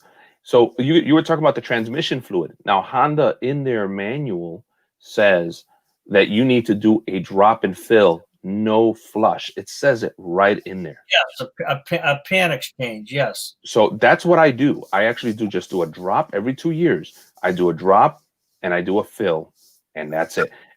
I did that. I did that on my Mercury. I did a pan exchange. I did the filter. You know, did all the fluid up to, you know, it tells you what the capacity is with the filter, without. You know, filter, I forget what it was, but I did it that way. And like I was telling Jay, the fluid was still red. I said the only 2 times you're not going to fool around with it. Or the only time you're gonna fool around with it is if it smells burnt or it's black. Other than that, you know, I mean, you still can, you know, it still can change it, but the time to really change it is if you have those 2 situations. One of the 2 or both of them? I'd say, like, I'd probably say if it's burnt or if it's you know, if it's black, then definitely change it. Oh, so one of the 2. Okay, don't wait. So like your Cavalier, Jay, it's been sitting there, bro. You should change the fluids because they need to be changed. I probably would. Yeah, and that's what I'm gonna do. As soon if I get this title, so I haven't gotten. I sent in all the information, and I sent it to somebody who works at a dealership, and somehow they said that they can get the title for me. But I haven't gotten the finalization. Yes, you are going to get the title. As soon as I get that, all the fluids are getting flushed because the car's been sitting for 3 years. Yeah, that's definitely a good plan because more than likely your brake fluid might have water in it. Your coolant's probably has lost the breakdown package, and you know, the transmission fluid's been sitting, so all the sediment has been sitting. So those 3 things, that's what I did on my car. It runs like a top. Right. Yeah, every time I take my car to the dealership, they're like, "We'll buy it from you right now. We'll buy it. How much do you want to sell it?" It's like low mileage. Yes. And they're like, "Who's been doing the work for you?" And I'm like, "I do all my own work. I don't let now." So I have to do the timing belt, and I want to do the timing belt because the manual says every 7 years or 100,000 miles, and I only got 22,000 miles on it or 20,000 miles on it. Now, see, that scares me. But why? Me not being a mechanic, I wouldn't touch it. You wouldn't touch the timing belt? No. So the hardest thing about the timing belt is setting your gears and cams right. That's it. So all you do is while the timing belt is on, you just keep turning until you line everything up. Well, the best thing to do is just they have holders. So what's gonna happen is you spread out the holders, and they have like wing nuts. You hold the gears exactly where they were, and you basically just make sure nothing at all moves, and you just lock it in. You just lock it in place, and you know, and you're good. Really? So you could. But Joe, 22,000 miles. It's a little early. But it's really. But it's a belt. That's the killer part. That's why I'm so mad. Why did they not use a chain on this engine? It kills me. And it's an interference engine. That's why I have to be careful, Jay. But I got 220,000 miles on a Ford Fusion, and it's a belt. I understand that, but that's not an interference engine. So if it breaks, and who cares? You just replace it again, right? Not a big deal. My engine, it breaks. It's gonna slap and it's gonna bend my the valves. The valves, and I'm out an engine with 22,000 miles. But that is so. I have never heard of a timing belt snapping before 60,000 miles. Well, that's a timing belt that's been driven on, right? We're talking about a timing belt that hasn't been driven on. So I don't know the level of dry rot. I don't know anything. Now, there is a way to inspect it. I could probably go ahead and get one of those light guns and remove some covers and try to see the shape and feel of the timing belt. If you can get the plastic, if you can get that plastic cover off, you can probably Mhm. back, and you might be able to shine like a light in there. Yeah, I think so, and I believe in the Hondas, there's even an inspection window. And There's like a little inspection window. the other But thing too is you could put, like, you know, if you get in the little inspection window, you could probably put a bore scope down there. yeah, I've been thinking about it, man, for a while now. I've been thinking about how I'm going to do this. It's either that the killer part for me is time. Oh yeah. It's either that or the dealership wants $1,500 to do it. And that's because the dealership said we won't do it without a new water pump. You have to put in a new water pump. We're gonna take it off anyways. Yeah, Just do it. They're in there anyways. They're gonna definitely try to do that too. And I'm like, dude, my water pump's brand new. It's only got 22,000 miles. He's like, I know, man. That's why it's breaking my heart. Yeah. So what I found out, and it kills me because this is the last of the V6s. There's no more Honda V6. That's it. They're not. Everything is this 4-cylinder turbo garbage. To get that amount of speed and power and torque, they're putting turbos, and turbos destroy engines faster. So than non-turbo engines. So Especially if they got that problem with the leaks. Oh yeah. The what is it? The gasoline going into the oil and putting too much oil in there, and no. See, I don't have any problem with the J engine. You actually should put that in your chat, the J engine. J engine. Yeah, because it is the J engine.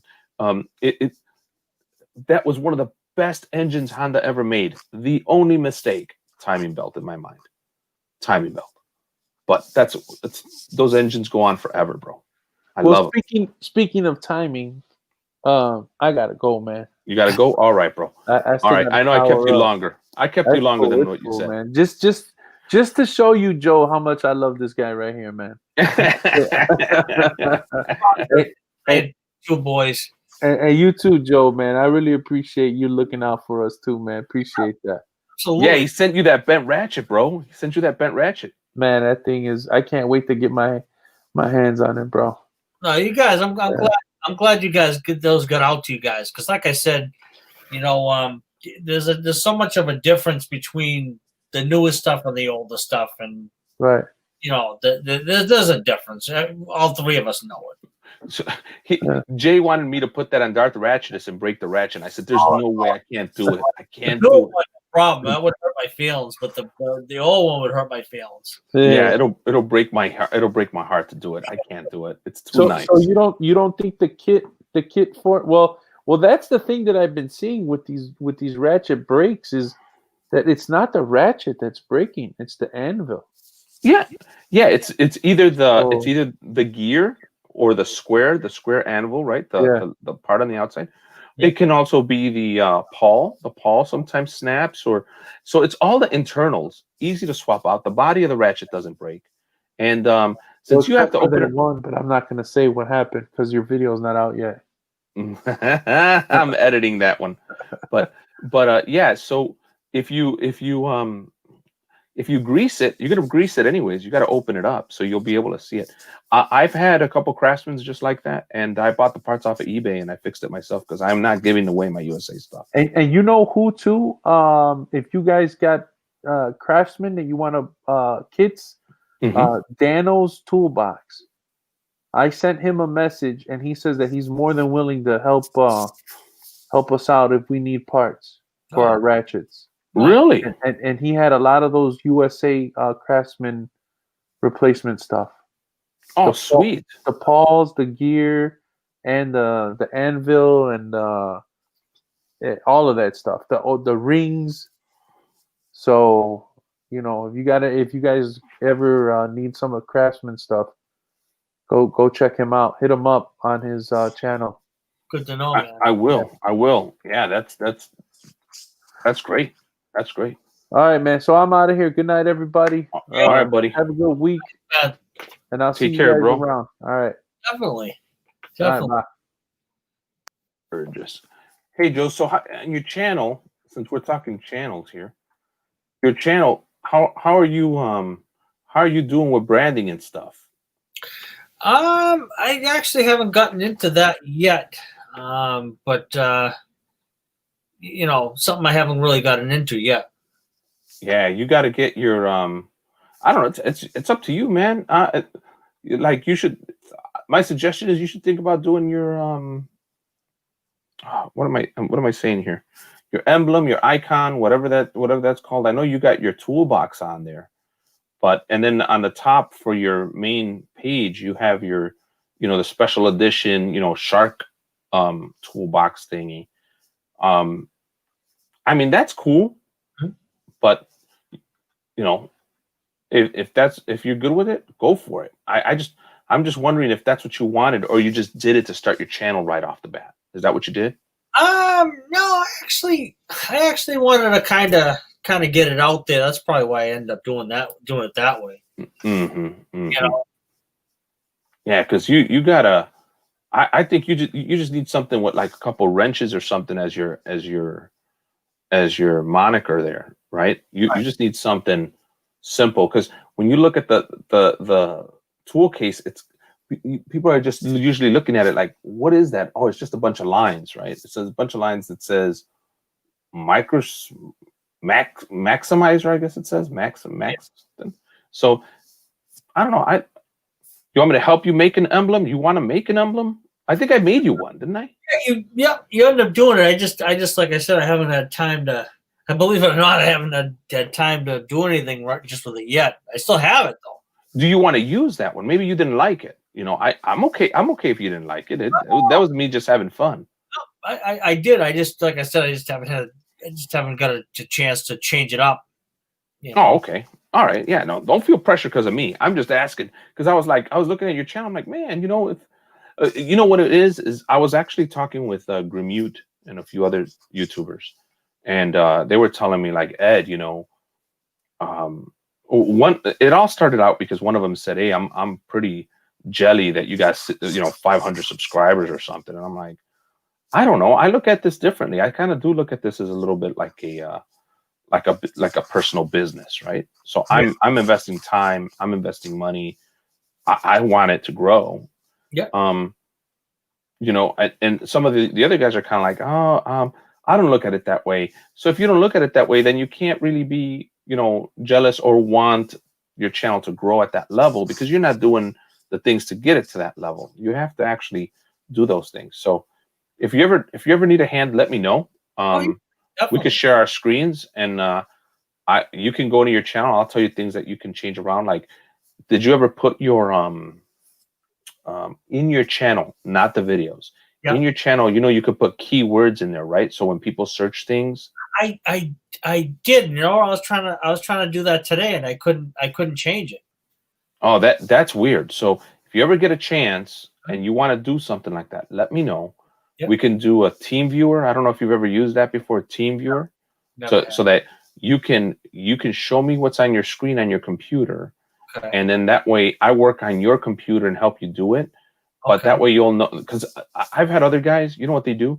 They email me their login and password to their channel. And I'm like, please don't do that. Please don't do that. And now that you've sent it to me, can you please change your password? Please just change your password. I don't want to know that. Right? Because if something goes wrong on their channel, they're going to be like, oh, who knows this? Oh, Ed, I bet you it was that Ed guy.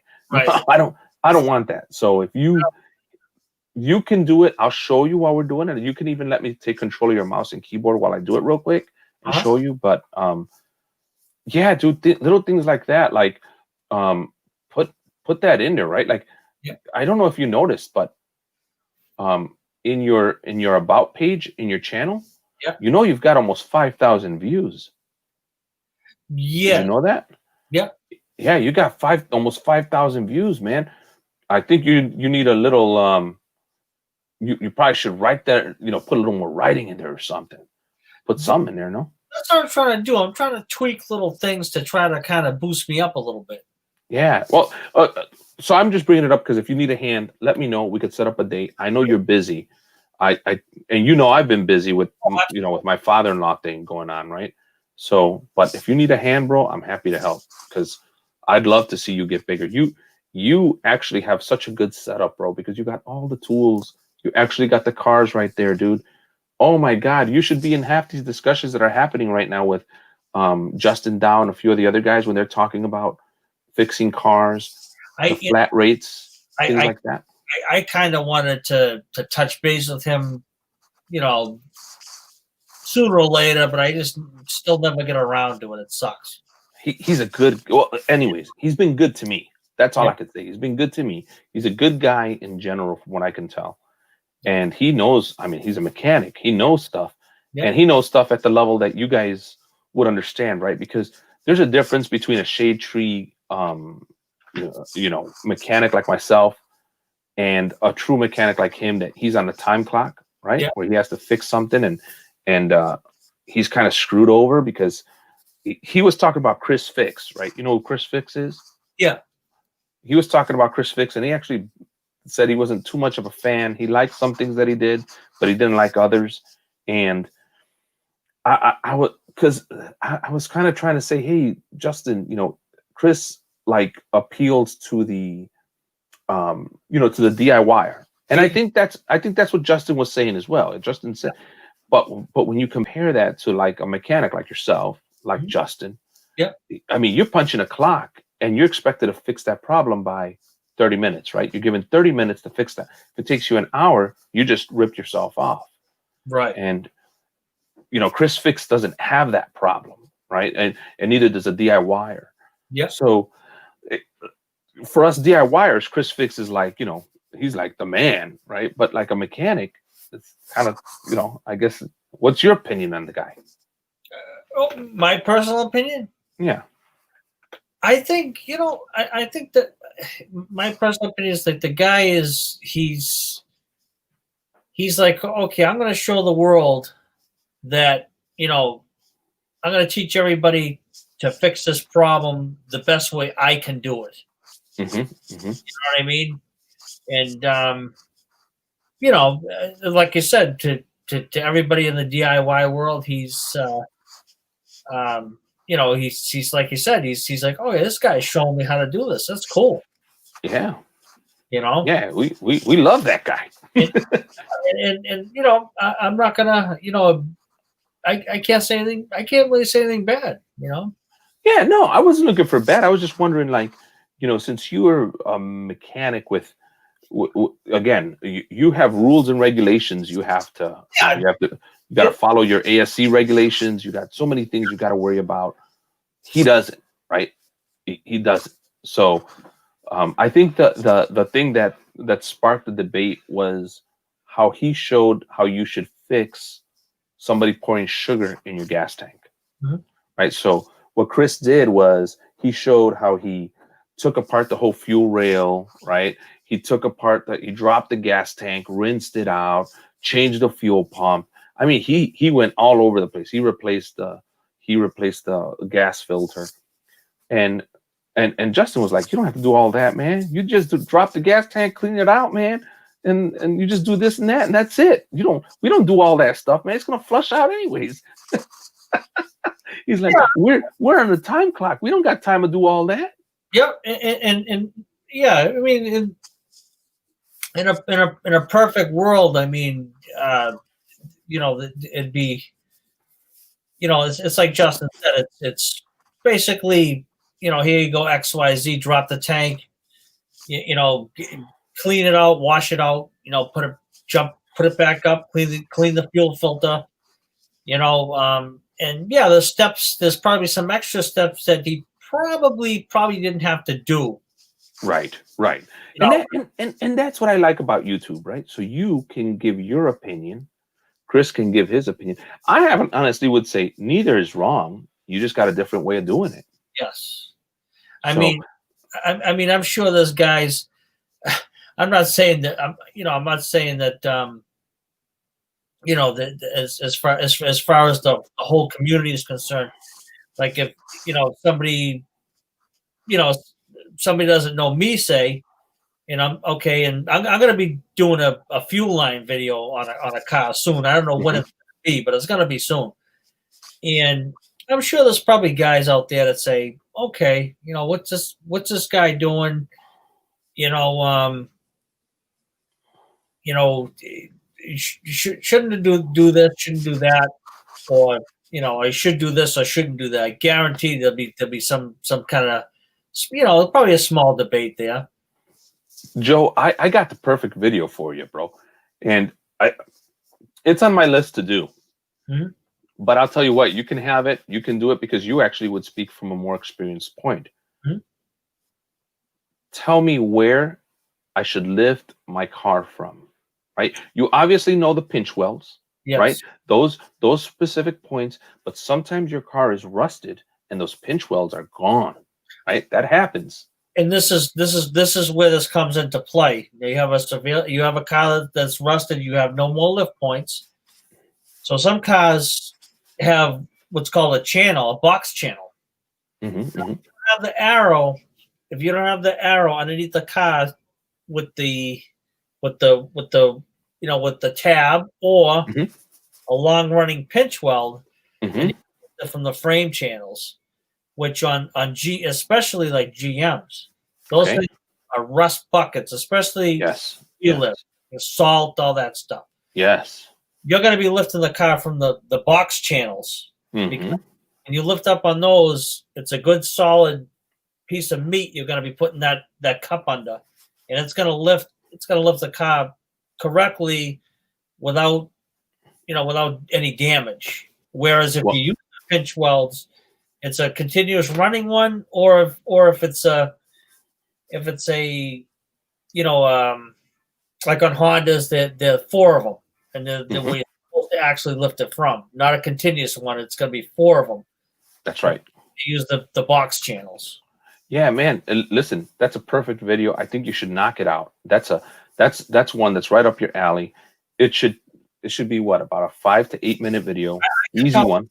I could tell people all day long, you're gonna fold this up, or you're gonna damage it. You're gonna bring the rocker up into the door. Uh, you put it in this spot. You're gonna push the fender up into the door. There's a lot of variables.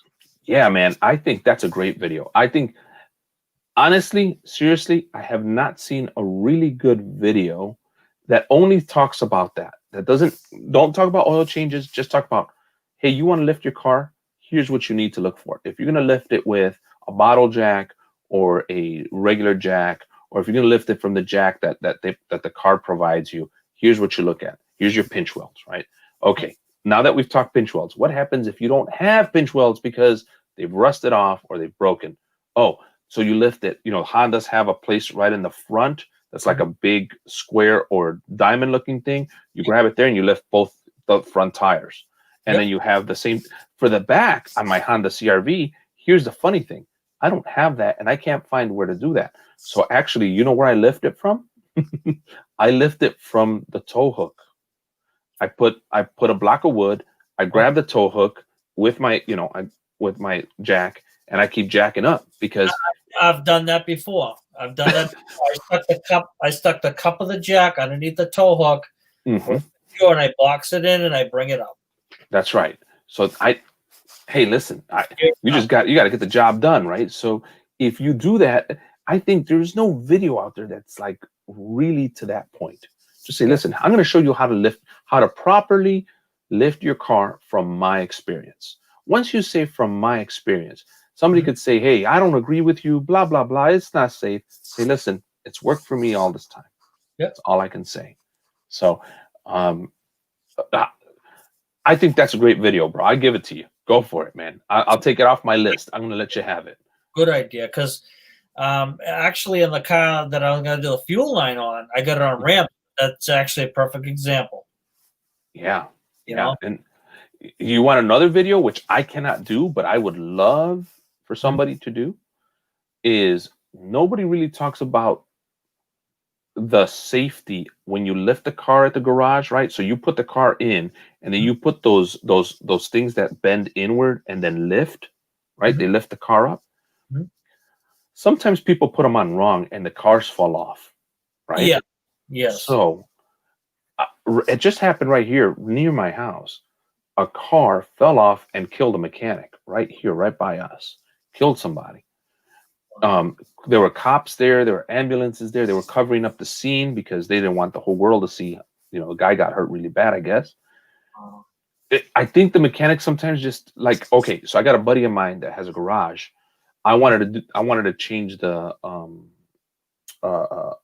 differential oil on my Honda CRV because it's got that rear differential engage the 4-wheel drive, and he's like, man, just bring it to my shop, bro. That way you don't have to go through all that hassle of lifting it, and I said, all right, cool. So I took it to his shop, and he just bent those things in, lifted it all up. I'm like, whoa, whoa, whoa, whoa, whoa, whoa, dude. We got to make sure those are on the pinch welds. And he's like, man, we do this all the time. I'm like, yeah, you guys bend it all up all the time. This is my car. I told him, let me use your stuff. I'll be really careful. I was really careful with my car, lifted it up. But I started thinking, if this is the typical mechanic, they get so pressured with time, so used to making the same mistake, right? Because time is of the essence, so you get into shortcuts, and shortcuts cause mistakes, right? I always I'd probably say 9 out of the 10 videos I make, one thing I stress is basically speed kills, and you don't rush the job. Those are the 2 things I stress. Man, dude, you could do a whole video series just on that. Let's properly lift this car, right? So you properly lift the car. And it goes kind of in line with what you're doing at work. And you could probably do that without taking too much time for editing and everything else you got to do. Just say, look, I'm going to show you how to lift the car with one of those mechanic jacks, right? Here's the right way to do it. Here's where where this thing is expecting to grab your car. Show all that and be like, all right, that's it. Have a great one, everybody. And I hope you enjoyed the video. Hit subscribe. That's a video right there, man. Boom.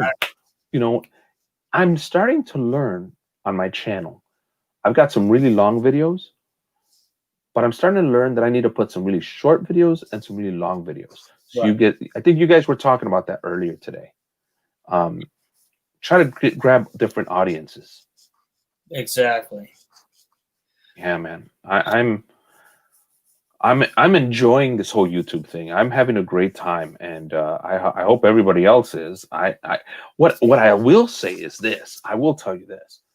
I have noticed that a lot of smaller YouTube channels reach out to me and say, and I don't consider myself big by any means. I'm a small little, I'm a peon little channel, man.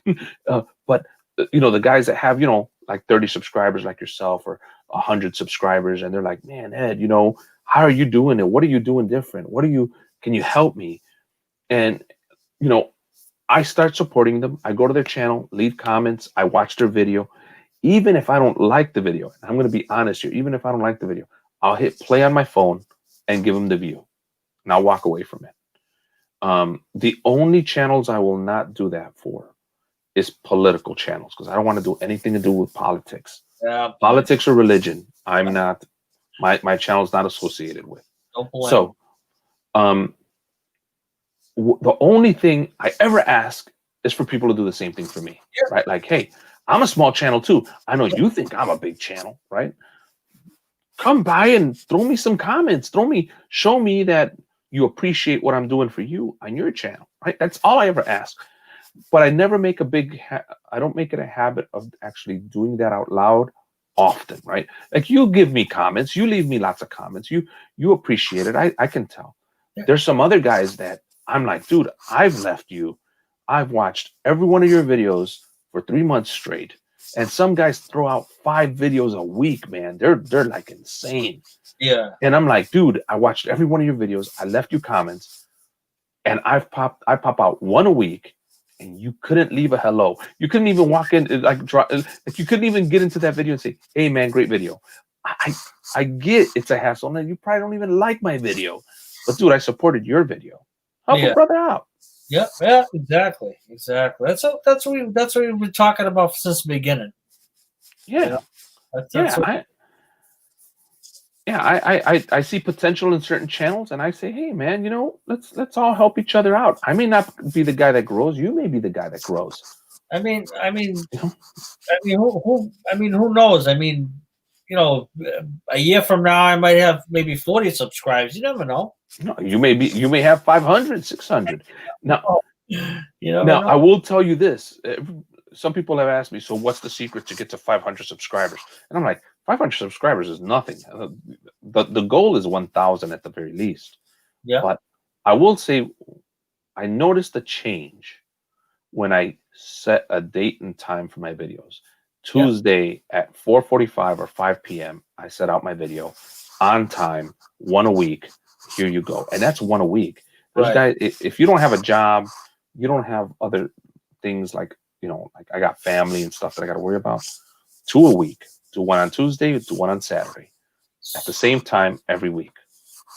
True. It helps. It helps.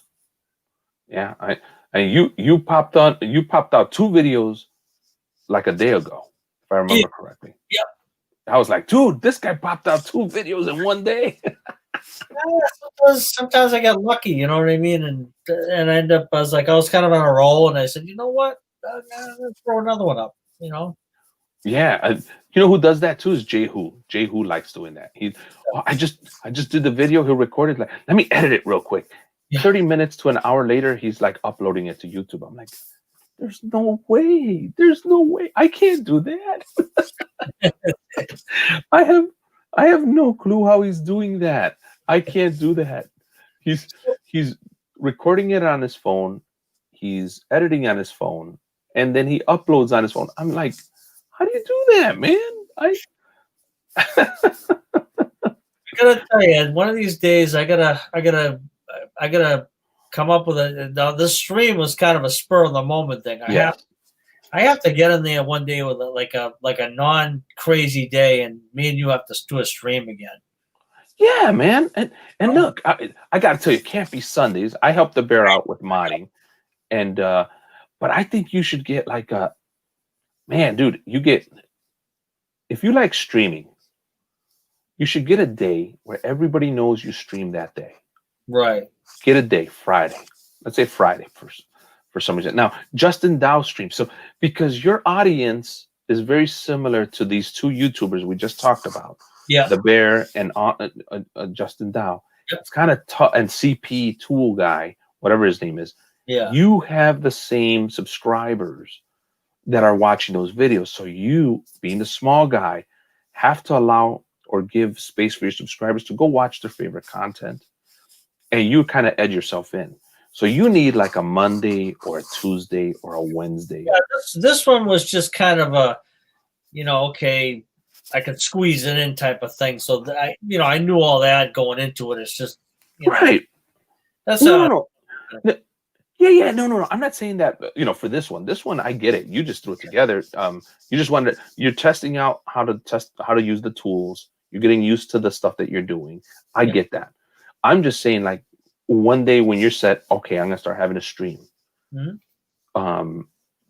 And dude, you gotta bribe the family, or you gotta bribe friends. Yeah. You gotta get on my stream. I need you to just comment, talk about crazy stuff. I don't care. I need those numbers so that other people, when they come in, it's not an empty room. Exactly, and that's what that's us start off with today. But yeah, I hear you. No, this is just stuff I've learned, bro. You don't got to do it. I'm just telling you, I've kind of caught on to it. I appreciate the advice, absolutely.